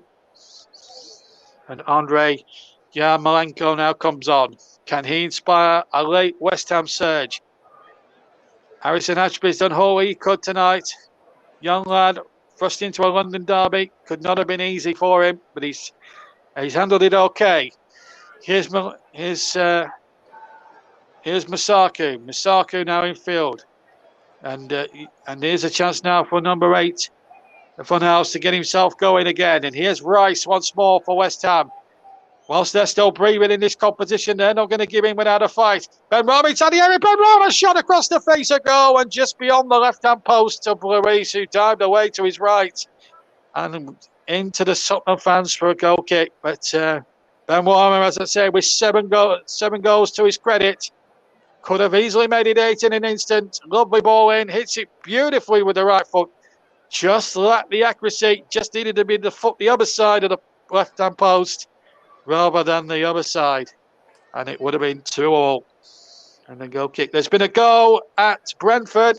Been a while, but it looks as if it's going to be Chelsea through to the semi-finals. Pontus Jansson's own goal in the 80th minute. Looks like it could settle matters across London and the west side of London. And at the moment on the east side of London, North London, to be exact, it's Tottenham 2, West Ham 1. North London leading East London here. As West Ham, the East Londoners, the Irons they call themselves, or the Hammers, trying to launch themselves. Have been runners up in this competition twice, 1966 and 81. Spurs 4 times previous winners in 1971, 1973, 1999 and 2008. Come charging forward now with Masaku. Masaku in field once again, and now Ben Rama. Left-hand side. Oh, that's a good ball. If Rice can reach it, he can. And it's across the face, and it's behind for a corner. Declan Rice worked a miracle to keep it in by the byline. We played 81 and a half minutes, and it still remains 2-1. Chelsea are going through a 6-down. Leicester are going through. Clearly 3-2 against Liverpool. And I'm afraid there's a few people who are trying to spoil it I don't know why, but YouTube need to sort them out. Number 2 substitutions coming up for Spurs. This will be the 4th and 5th one. You'll add up to 5 substitutes during the 90th minute. We play up to the 90th minute. 82 minutes gone. 8 to play here on the TC Hub. The quarterfinals of the Carabao Cup. We're guaranteed 3 London sides in that semi-final draw in a moment, coming up in a few moments after the conclusion. Off is Regulan for number 12, Emerson Royale. He's going to come on. Emerson Royale, and then number 2, Matt Doherty is going to be replaced by 25, Tangana. So they are the 2 substitutions right now. So Regulan off, Royale on. And it's pronounced Royal as opposed to Royal. And then Tanganga is going to come on for Matt Doherty. So the former Wolves man. Yapit Tanganga. Spurs now look to shut up shop and try and see out this 2-1 result that they've got themselves here. West Ham are not going to give in without a fight. 1 goal from then and the whole atmosphere changes. Remember, last time Tottenham were knocked out on penalties, it was the FA Cup fifth round against Norwich, and they were knocked out on penalties, you may remember. Rice inside the area, so West Ham need to score in quick. Rice to the byline, comes off the defender Sanchez, it's a corner. West Ham are still battling in this quarter-final. A goal now would make it even more interesting. And I tell you what, Declan Rice isn't giving in. There's no doubt about that. Can West Ham strike a late blow here? If it ends a draw, we go straight to a penalties competition. No extra time. Are we going to see a late surge here from West Ham into the penalty area? Went Ben Rama with a shot on the edge, charged away. Ben Rama getting out to the far side. Yarmolenko, he needs to dig out across from somewhere. He gets it in there, and it's headed away by Tanganga, and it's knocked away once more. And nerve shredding stuff here at the Tottenham Hotspur Stadium. Rather, ball knocked away once more, and it's Diop now to Declan Rice. This has been such a terrific cup tie, terrific entertainment. Still no closer to for sure who's going to go through. West Ham have still got a chance. Ball forward from Rice, but there may have been an offside anyway. And a throw-in it is to Tottenham. Fornals doing some good defensive work from the front. Antonio Conte's men inching their way towards a place in the semi-finals.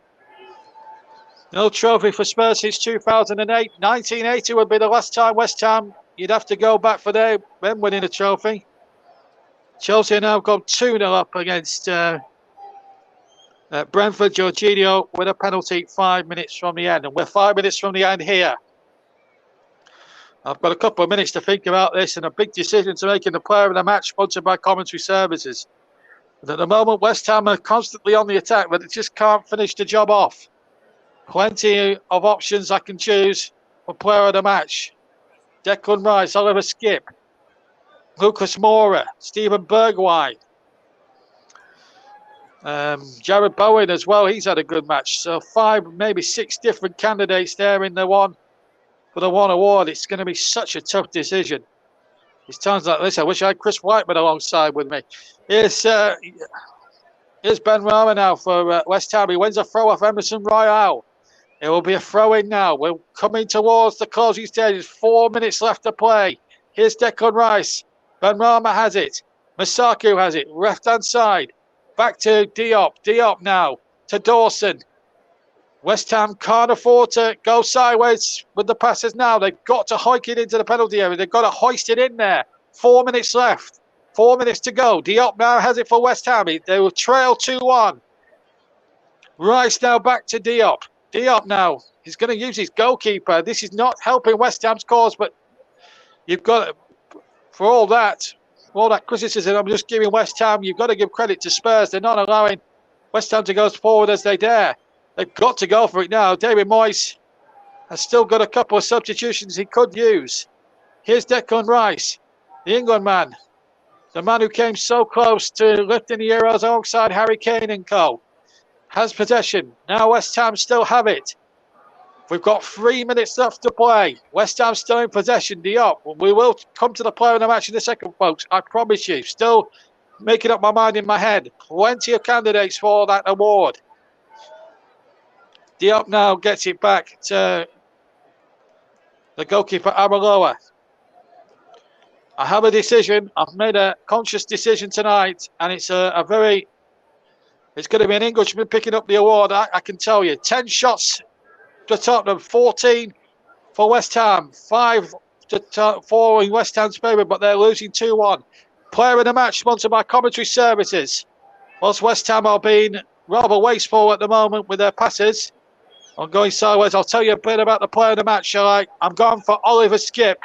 He's really made Tottenham's midfield tick, and he's certainly been a very committed adversary in the Fornham West Ham side at the moment. He obviously hasn't scored, but he's boundless running, he's energetic running, has just prodded him ahead of everyone else in the pecking order. Oliver Skipp is the player of the match, sponsored by Commentary Services, but it wasn't by that much, I can tell you. There was good shouts from Lucas Moura, Stephen Bergwijn, Declan Rice, and of course Jared Bowen as well. But you've got to give it based on the effort as well as the goals that are scored.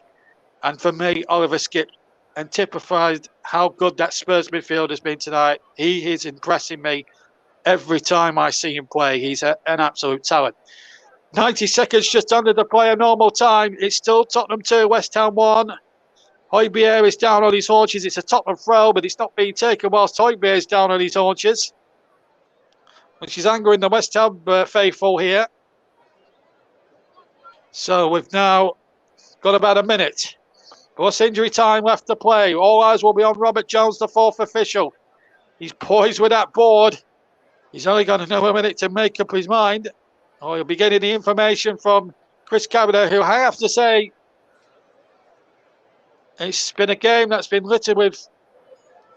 Usually derbies have that needle and edge to it. There's only been the one yellow card in 89.5 minutes. And that was a bit harsh. That's the only criticism I would make of the referee tonight. And apart from that, he's had a superb match, Chris Kavanagh. The man from Ashton-under-Lyne, done really well. Spurs still leading, 20 seconds to go. Referee has blown for a foul by Fornals or an infringement by Fornals. So a free kick to Tottenham, 15 seconds of normal time to go. David Moyes having one or two words to say to Robert Jones, the fourth official, by the looks of it. Still free kick and a bit of time wasting maybe from Hugo Lloris. Well, this is not going to go down too well. We're only going to have 300 minutes, which is a little bit disappointing. David Moyes looks very glum-faced. I think he's seen the board.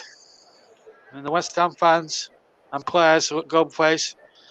But I suppose, really, when you look at the overall picture of the game, there's hardly been any stoppages, really, because it's actually been quite a very, very good game. Open game, hardly been any major decisions to make this evening. And it's and at the moment, it looks as if Tottenham now, all they've got to do is see it out for 2.5 more minutes.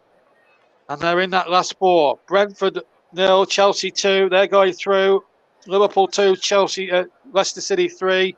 So it looks like Liverpool will be the latest victims, big name to go at this competition. And we're going to definitely have 3 London clubs, possibly Leicester, representing the rest of the country in that semi-final draw. And here's Risaku now, playing it in there towards Ben Rama. And he's run out of pitch. It's going to be a throw-in. We played a minute of the 3. We're into that second minute, with which we've had 10 seconds off. Minimum of 3 minutes, and I should stretch it to minimum of. Tottenham still going through. If West Ham were to score in them in whatever time remained, we would go straight to a penalty shootout. So West Ham and their supporters will have to hope that they can find a bit of magic from somewhere. But it doesn't look as if it's going to be their night. But they've played a huge part in what's been a terrific game of football here at the Tottenham Hotspur Stadium this evening. They may well go away defeated, but they should hold their heads held high because they've really given Tottenham one heck of a match tonight. Unless Declan Rice can find a bit of magic from somewhere. Here's Craig Dawson now. Got to get it to Rice now. He's over halfway now. He takes on Son. Does it for pace. Uses Masaku. Back to Rice, who's been full of energy and he was very close himself to be made player of the match. Ben Rama now on the turn.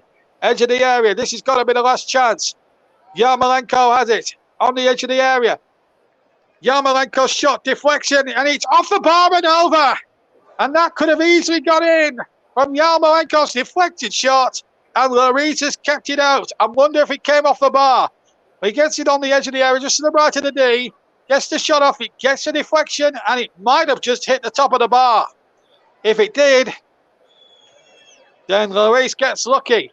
He fell in the back of the net. The ball, thankfully, from his point of view, didn't fall in. 15 seconds to play of stoppage time. Here's the corner into the area, and it's not only halfway. The goalkeeper's up as well.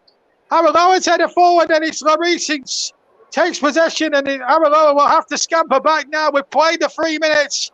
He's now limping. Lloris has had 10 seconds here, and the whistle has gone to end what has been a terrific evening's entertainment here at the Tottenham Hotspur Stadium. The hosts have beaten West Ham by 2-1 in a very frenetic and open London derby. Just a 1 yellow card to Jarrod Bowen, and that was harsh, but it was those goals in the first half that decided it. Lucas Moura with the winning goal on 35 minutes decided it after Bergwijn had put Spurs in front just before the half-hour mark. Bowen had doubled it on 32. Then 3 minutes later, Lucas Moura with the winner. West Ham go away defeated, but are still plenty to play for this season. They've got a cup tie at home to Leeds on January the 8th to look forward to. They've got the Europa League in the second half of the season, so maybe in a lot of respects this actually might be a boost of the fixture list. So they can't be too downhearted, but it's Tottenham Hotspur who were chucked out of one competition just a few days before, but they're through in another, and they're through to that two-legged semi-final, the draw for which you'll be able to hear with us with Russ Byrne in a few minutes' time. Also through, Brentford are through. No, Brentford aren't through. January the 9th, I've been told. So we'll get the full-time results. Looks like Chelsea are going through and Leicester are going through. So as things stand, the draw would be Arsenal, Tottenham, Chelsea and Leicester. What a stellar lineup that would be for the last four. Leicester still a very, very big, still have plenty to prove. That is for sure. Ball says, what a super game. Yes, and I honestly think that too. Mike reckons it will be a Spurs-Chelsea and Arsenal v Leicester draw if it stays that way. Well, let's get the confirmation from Russ when we hand back to him. But Tottenham getting an rousing reception here. But I've got to tell you, I've thoroughly enjoyed it. And I just want to say one thing before I leave you tonight. I hope everybody who listened to our coverage tonight and has listened to the TCM all year round since the Euros has a magnificent Christmas and a very happy New Year from me personally. We really have enjoyed bringing you the games on during 2021. It's been a joy to bring it to you, and we really enjoy bringing these things to you. But I've got to tell you now, we will be back on Boxing Day with some live football, with more live football. So it's not the end of the football for 2021 on the channel. Thank you, Mike. I've enjoyed it too. But we're going to head back now to Russ Byrne, who's going to bring you that draw for the semi-finals, which will take place in January. That's it from me. Have a fantastic rest of your year. I'll see you hopefully on Boxing Day. But for now, I wish you a very happy Christmas, and I bid you a fond good night here from the Tottenham Hotspur Stadium as Tottenham beat West Ham by 2-1 and go through to the semi-finals of the Carabao Cup. Back to Russ. Thank you very much, JB. Liverpool has been Leicester holding on against Liverpool despite the looks of things. There's been a goal in Anfield and Liverpool have levelled against Leicester City in the 95th minute. I have just been told Now Liverpool have just equalised to make it 3-3, and it's Takumi Minamino in the 95th minute for Liverpool to take it to penalties by the looks of it. There was 6 minutes of injury time and Liverpool have equalised. It's 3-3 there. Full time Brentford 0, Chelsea 2 is another result. You hear the Tottenham score with JB with a 2-1 win. Leicester are broken by the sounds of it. And Liverpool have taken it to penalties with virtually the last kick of the game. Takumi Minamino in the 95th minute of the match. While we're waiting for the draw and the penalties to be done, let's go through the remainder of the matches that's been played tonight. In the EFL Cup, Brentford 0, Chelsea 2. Liverpool v Leicester is a late result. Game still being played. Tottenham 2, West Ham 1. Another full-time score which you heard here on the channel. In the League in France, Bordeaux 2, Lille 2. Lorient 1, PSG 0. PSG are down to 10 men. Sergio Ramos has just been shown a second yellow card for Paris Saint-Germain. Lyon 1, Metz 1. Marseille 0, Reims 1. Monaco 2, Rennes 1. Montpellier 4. Angers 1. Nice 2, Lens 1. Saint Etienne 0, Nantes 1. Troyes 1. Brest 1. Lille have gone 3-2 up against Bordeaux. That's the latest scoreline just coming to us in Serie A. The evening kickoffs reached Empoli 2, Milan 4 and Napoli 0, Spezia 1. All the results in those two. In the Dutch Eredivisie, Ajax 3-0 up against Sittard and Utrecht still trailing by a goal to 0 to FC Twente. Hercules drew 1-1 with Canberra earlier on this evening. Scottish Premiership, Hibernian 1, Aberdeen 0, St Johnstone 1, Ross County 2, St Mirren 0, Celtic 0. All the results. In the League 1, Montrose 2, Peterhead 0. In the Scottish League 1, in the Scottish League 2, Cardiff 1, Edinburgh City 2. In La Liga, it's 2-1 to Real Madrid against Athletic Bilbao after Granada beat Atletico Madrid by 2-1. Liverpool and Leicester have gone to penalties, so we'll keep you up to date with those penalties there. As I have just seen the goal from Minamino to take it to penalties, and that was a superb strike from Takumi Minamino with virtually the last kick of the game at Anfield. We'll keep you up to date with what happens in the penalties, throughout the penalties as well, in the game at Anfield. Brilliant stuff from what have been heard this evening. So Liverpool against Leicester is off to penalty kicks. We'll bring you the penalties as and when we get them and the result of that as well. We'll hopefully bring you some commentary on the penalties with myself if I can get to see them somewhere for you. We'll try and bring you the penalties for the Liverpool Leicester game this evening, as the two players at Anfield are getting ready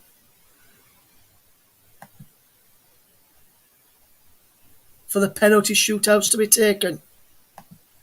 Who will go through to the semi-finals? While we're waiting for the penalties to be taken, JB, obviously, penalties is a lottery and anyone can win them. If I were to ask you, JB, we'll wait for the penalties to be decided, which end are going to be taken out and who's going to go first. If I were to ask you, JB, who you reckon is going to go through on penalties, who do you reckon? I couldn't really say. It's a very difficult one to call. It all depends on what end. If you go the Cup end, then you've got to say Liverpool. If you go towards the Anfield Road end and Leicester fans are there, it's a toss of a coin. It's 50-50. We don't know the identity of who's going to be taking the first five, obviously, but I've got a feel of it here at the Tottenham Hotspur Stadium. I'm settling back. I'm trying to come to my senses after what has been a terrific game I've seen tonight. Looks like they're going down towards the Leicester end. So, but I tell you what, I couldn't possibly tell you who will win. But what I will say is, it all now depends on who's got the bottle, Russ. And I think it's all going to come down to who's got the bottle and who will have the best accuracy with the spot kicks. And I think the goalkeepers, especially Kasper Schmeichel, will have a big say in things. Yes, and Yuri Tillemans is still the first one for Leicester, smashed it into the roof of the net, into the top corner at the front of the Leicester fans. First up for Liverpool is James Milner. Will Milner score or will Milner miss here? Milner against Schmeichel is England against Denmark. James Milner steps up, scores. Schmeichel never moved and he went straight down the middle, went into the corner from James Milner. Is 1-1. Next up for Leicester will be James Maddison, who scored a cracking goal in normal time to make it 3-1. Now can he score a cracking penalty for his side in the lead, or will Kelleher save this? He's in front of the Leicester City fans. James Maddison steps up and Maddison scores in front of the Leicester fans. They lead by 2-1 on the shootout. Brilliant penalty for Maddison. Eye to the roof and there down the middle. No chance for the goalkeeper Kelleher to stop that. Up next for Liverpool is Roberto Firmino. He's on the spot for Liverpool. Up against Kasper Schmeichel. Bobby Firmino against Kasper Schmeichel. Will the great game be a great game for Leicester here? Still 2-1 up, but he still scores. Schmeichel gets the right way, but Firmino put it in back of the net. And he looked as though Schmeichel came off his line. Schmeichel's not happy that Firmino stopped, ran up, stopped, and then ran again. He did 2 run-ups. And then into a skipping a jump like Jorginho does. Up next for Leicester though is Mark Albrighton to pull the Foxes back in the lead in front of their fans. Albrighton scores for Leicester. It's 3-2. And if Mike's still listening to this, on the feed I've got here, Mike, where the penalties are being taken, as the players run up before they take it, I can see in the corner, near the corner flag, as I'm looking directly at the goal to my right hand side, I can see a friend of mine, Brad Hicks, and a friend of ours, Mike, Brad Hicks. Next up for Liverpool then is a person who I've met, Alex Oxlade-Chamberlain, against Kasper Schmeichel. Can the Ox score here for Liverpool? Oxlade-Chamberlain steps up and he scores as well. Schmeichel gets the right way. And it's 3-3 in the shootout.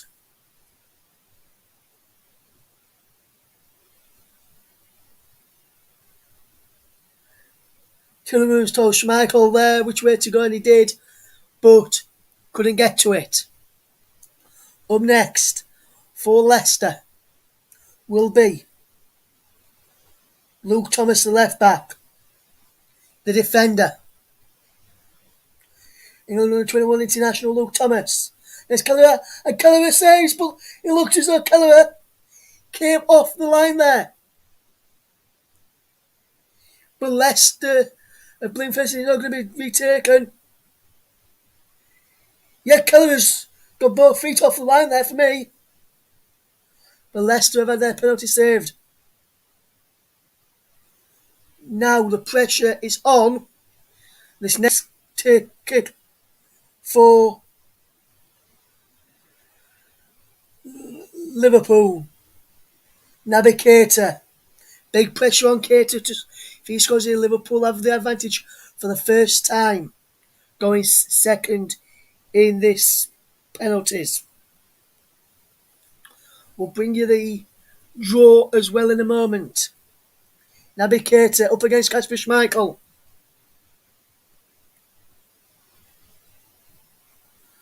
And Keita scores into the top corner. Roof, you draw from the Kop. Down at the other end and from the side, watching on Liverpool fans. Next up then for Leicester, Kelechi Iheanacho. He has got to score here for Leicester City, Iheanacho. Otherwise, Liverpool in the semi-finals. Kelechi Iheanacho to score and keep it going. He does. So it's now down to Kasper Schmeichel. Kasper Schmeichel needs to save this to take it to sudden death. Keller left both feet on the line this time. Up for Liverpool now. Takumi Minamino, the man who took it to penalties, has a chance to put Liverpool in to the semi-finals of the Carabao Cup, where they'll join Tottenham, Arsenal and Chelsea. Kasper Schmeichel to keep Leicester in this. Takumi Minamino steps up and hits the crossbar and over. Leicester live to fight another day. Schmeichel knew about that. Clip the ball over and Tielemans and the team jumping for joy now. That Luke Thomas will be happy for now and he's up first for Liverpool. Up next for Leicester, should I say, is Ryan Bertrand, the left back. Yes, JB says just as he's done after Kelleher came off the line to deny Luke Thomas. Bertrand has to wait for the ball and he gets the ball this time. Ryan Bertrand for Leicester. Kelleher up against him. And Kelleher saves it again.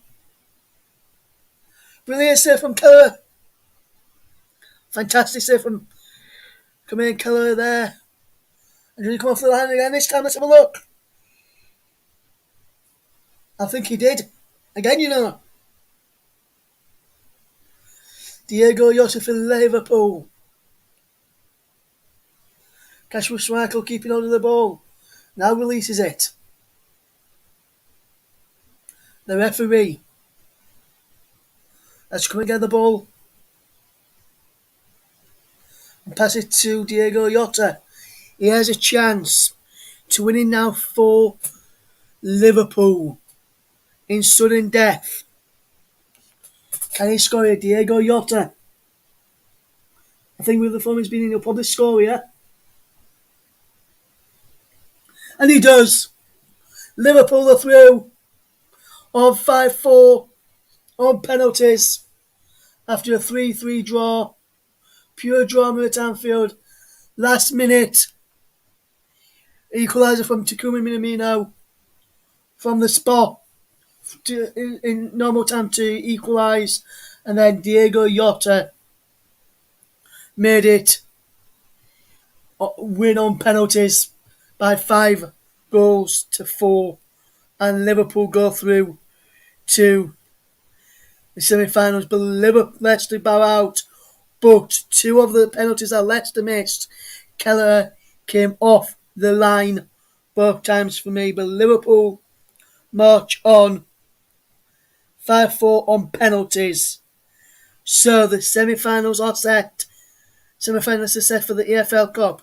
Arsenal, Chelsea, Liverpool and Tottenham are the ones in the semi-finals for the Carabao Cup. Diego Jota helped Liverpool get there on penalties, but Leicester, 2 penalties saved, but Keller came off the line twice. We'll be waiting for the draw in a second or so. Yeah. We'll get ready in a second. Let's just bring JB back in there. JB's just seen the spot kick slam himself and Keller off the line twice and saved 2 penalties. Leicester should still be in this for me. Well, they've won Liverpool because the officials, obviously, to quote a very famous phrase from '82 in that West Germany round semi-final when Schumacher moved, to quote a famous Barry Davies phrase, they have won because the officials did not do the job.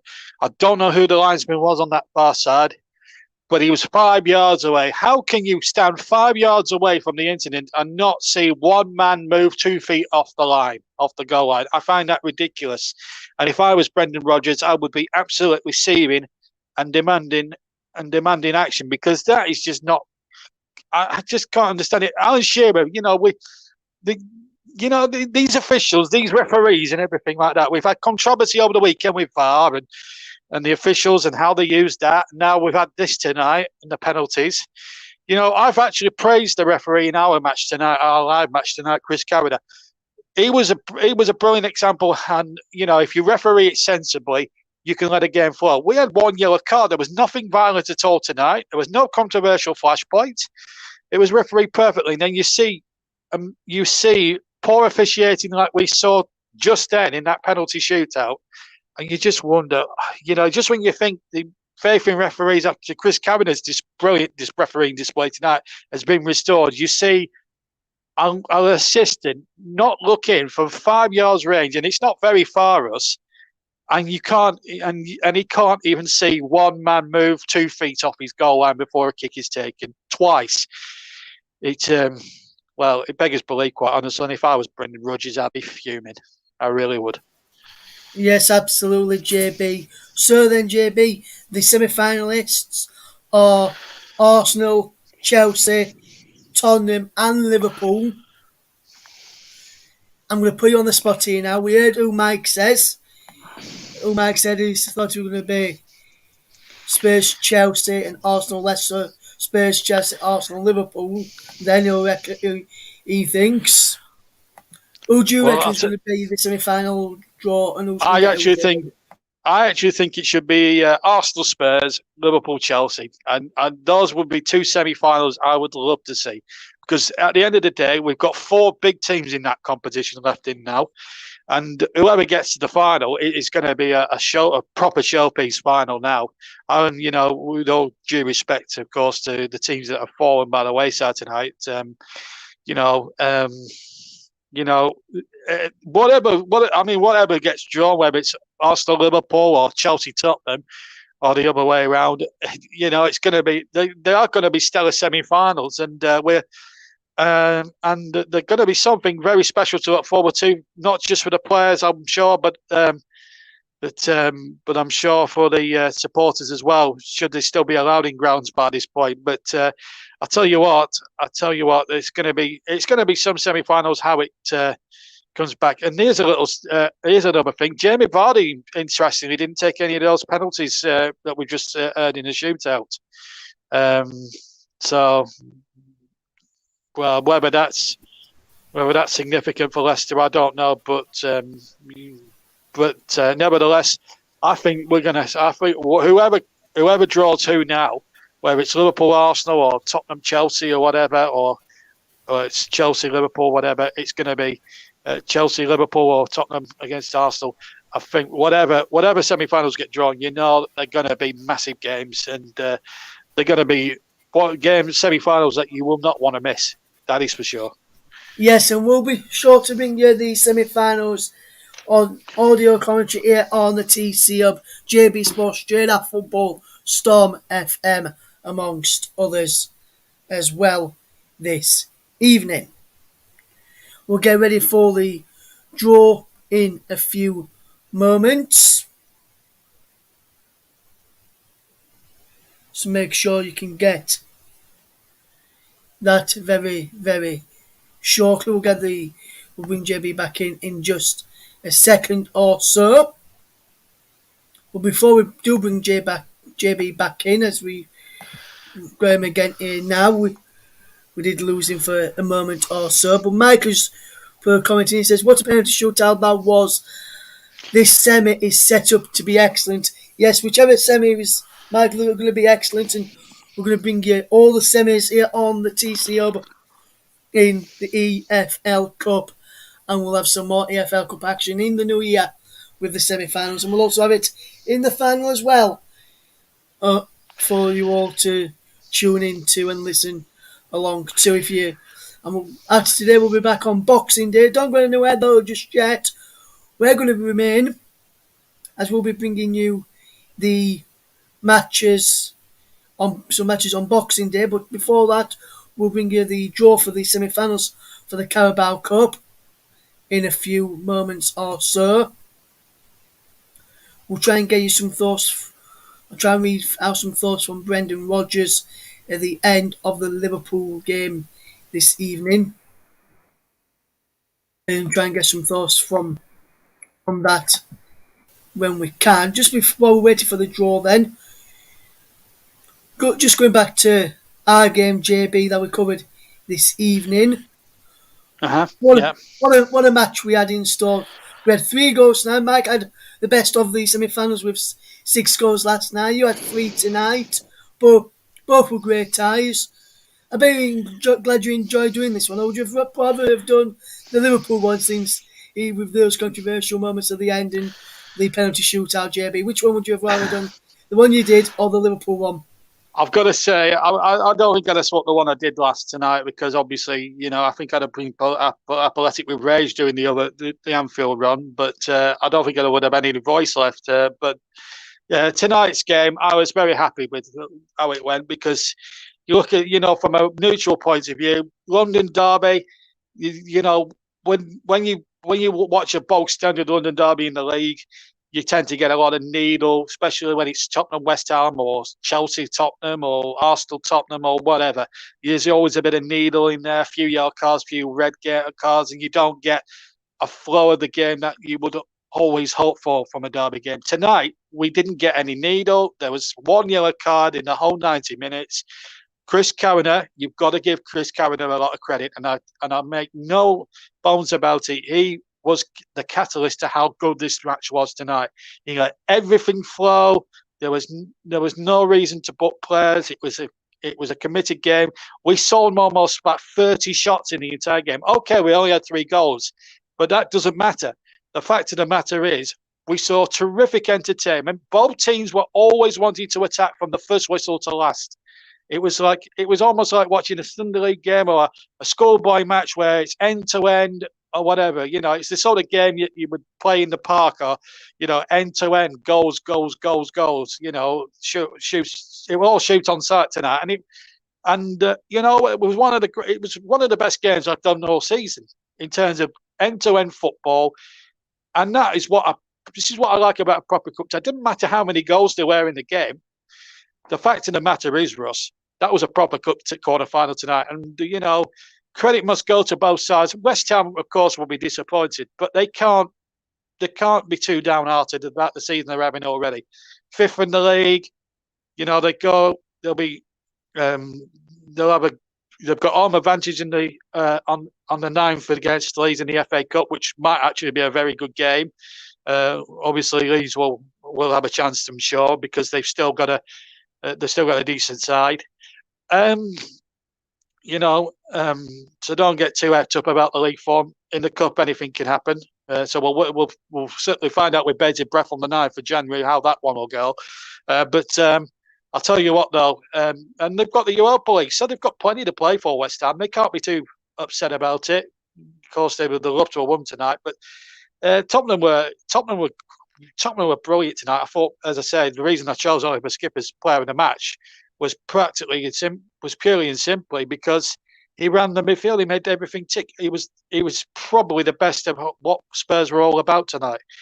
If you're wondering why I didn't think of Harry Kane up in the reckoning for player of the match, basically he was probably quite quiet tonight. I've got to say, can't remember him having a chance at all. But having said all that, Spurs just nicked it. But I'm going to, if West Ham had scored in the last few seconds, I don't think anyone would have complained about a penalty shootout. Let's be fair, but it was a terrific game. It was a terrific game of football, and I don't think, if you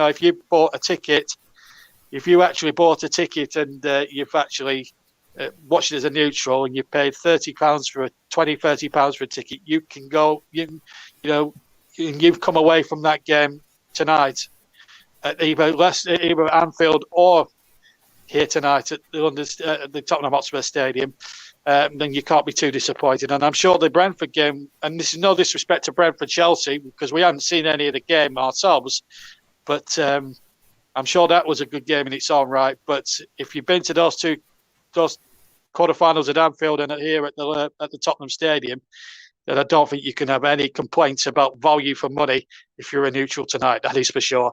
And it's just and people say that, and also one more point I want to make, Russ, is they say that the Carabao Cup is a dead duck and it's not as important. You tell that to the 4 teams that have just got through to the next round. It means a heck of a lot. And Leicester will feel hard done by. West Ham will feel hard done by. Brentford too. But it's you mean Brentford, still not Bradford? You said Bradford rather than Brentford there. Oh, did I? I thought I said Brentford, but I might have said Bradford. I don't know. It's been a long day, but I'm just watching back the Arsenal game last night. I didn't watch it, but from what I've heard, Eddie Nketiah was completely unplayable. Yeah, they're playing League One opposition, but so people will take this result with a pinch of salt if you're a neutral, but at the end of the day, that's not Arsenal's fault. They were drawn against Sunderland. They were too good for Sunderland. And at the end of the day, you've just got to beat what's in front of you. I've just seen that goal from Nketiah where he's just raboned it with the back of his heel. It was a superb hat trick. I've just seen it now on TV.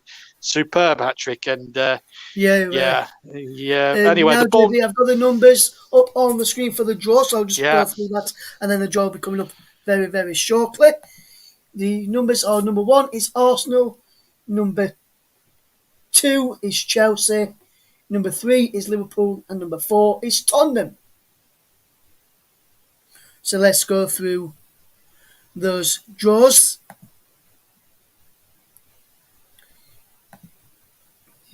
Drawing the numbers on my screen is Jimmy Redknapp and Michael Dawson.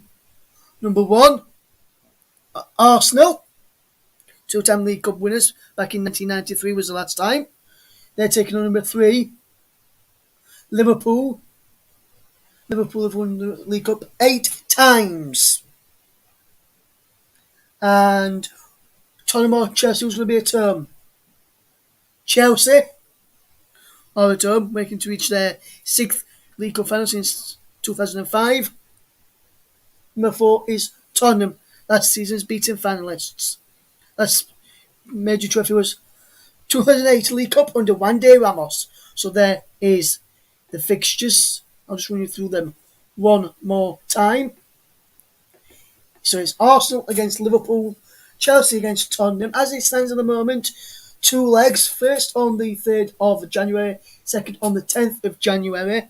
That is as things stand at the moment. It may change 2-1 due to the fixture congestion due to the ongoing COVID pandemic.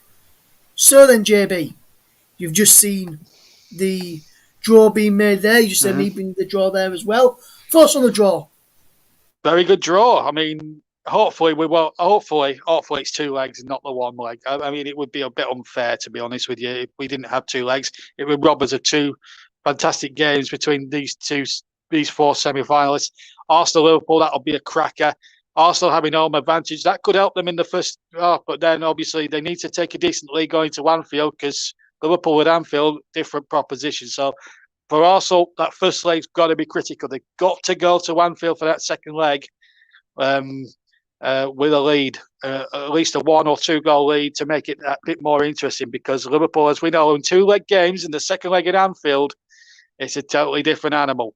Chelsea-Tottenham, repeated 2015, the final there. Of course, they met each other in 2002 when Chelsea and Tottenham played, and I remember Tottenham beating Chelsea 5-1, I think, in the second leg at the old White Hart Lane. So Chelsea-Tottenham, that's a massive one as well. First leg at Stamford Bridge, and also with the added ingredient of Antonio Conte going back to Stamford Bridge, I think that's going to have an extra dimension to it. But 2 real classic confrontations, and I tell you what. So 3rd of January, I think we're going to be in for something very special on the 3rd of January, and fasten your safety belts, lads and lasses, because these 2 games might just have a bit of needle in them. Hopefully they will, and some good football too.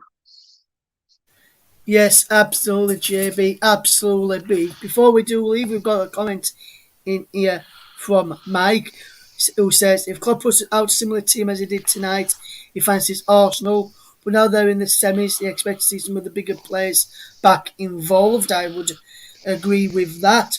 Only one final thing for me to say then this evening is on behalf of myself, JB, Mike, Paul, and the rest of the people in the chat, to all the people in the chat who's been listening along, to the people watching our broadcast at home who's not been commenting, people who's listening on Twitter, Twitch, wherever you're listening tonight on the platforms. A very Merry Christmas from myself, JB, and the rest of the team here at the TC Hub. We'll be back on Boxing Day from all the team here. Have a very Merry Christmas. Take care. Good night. Merry Christmas.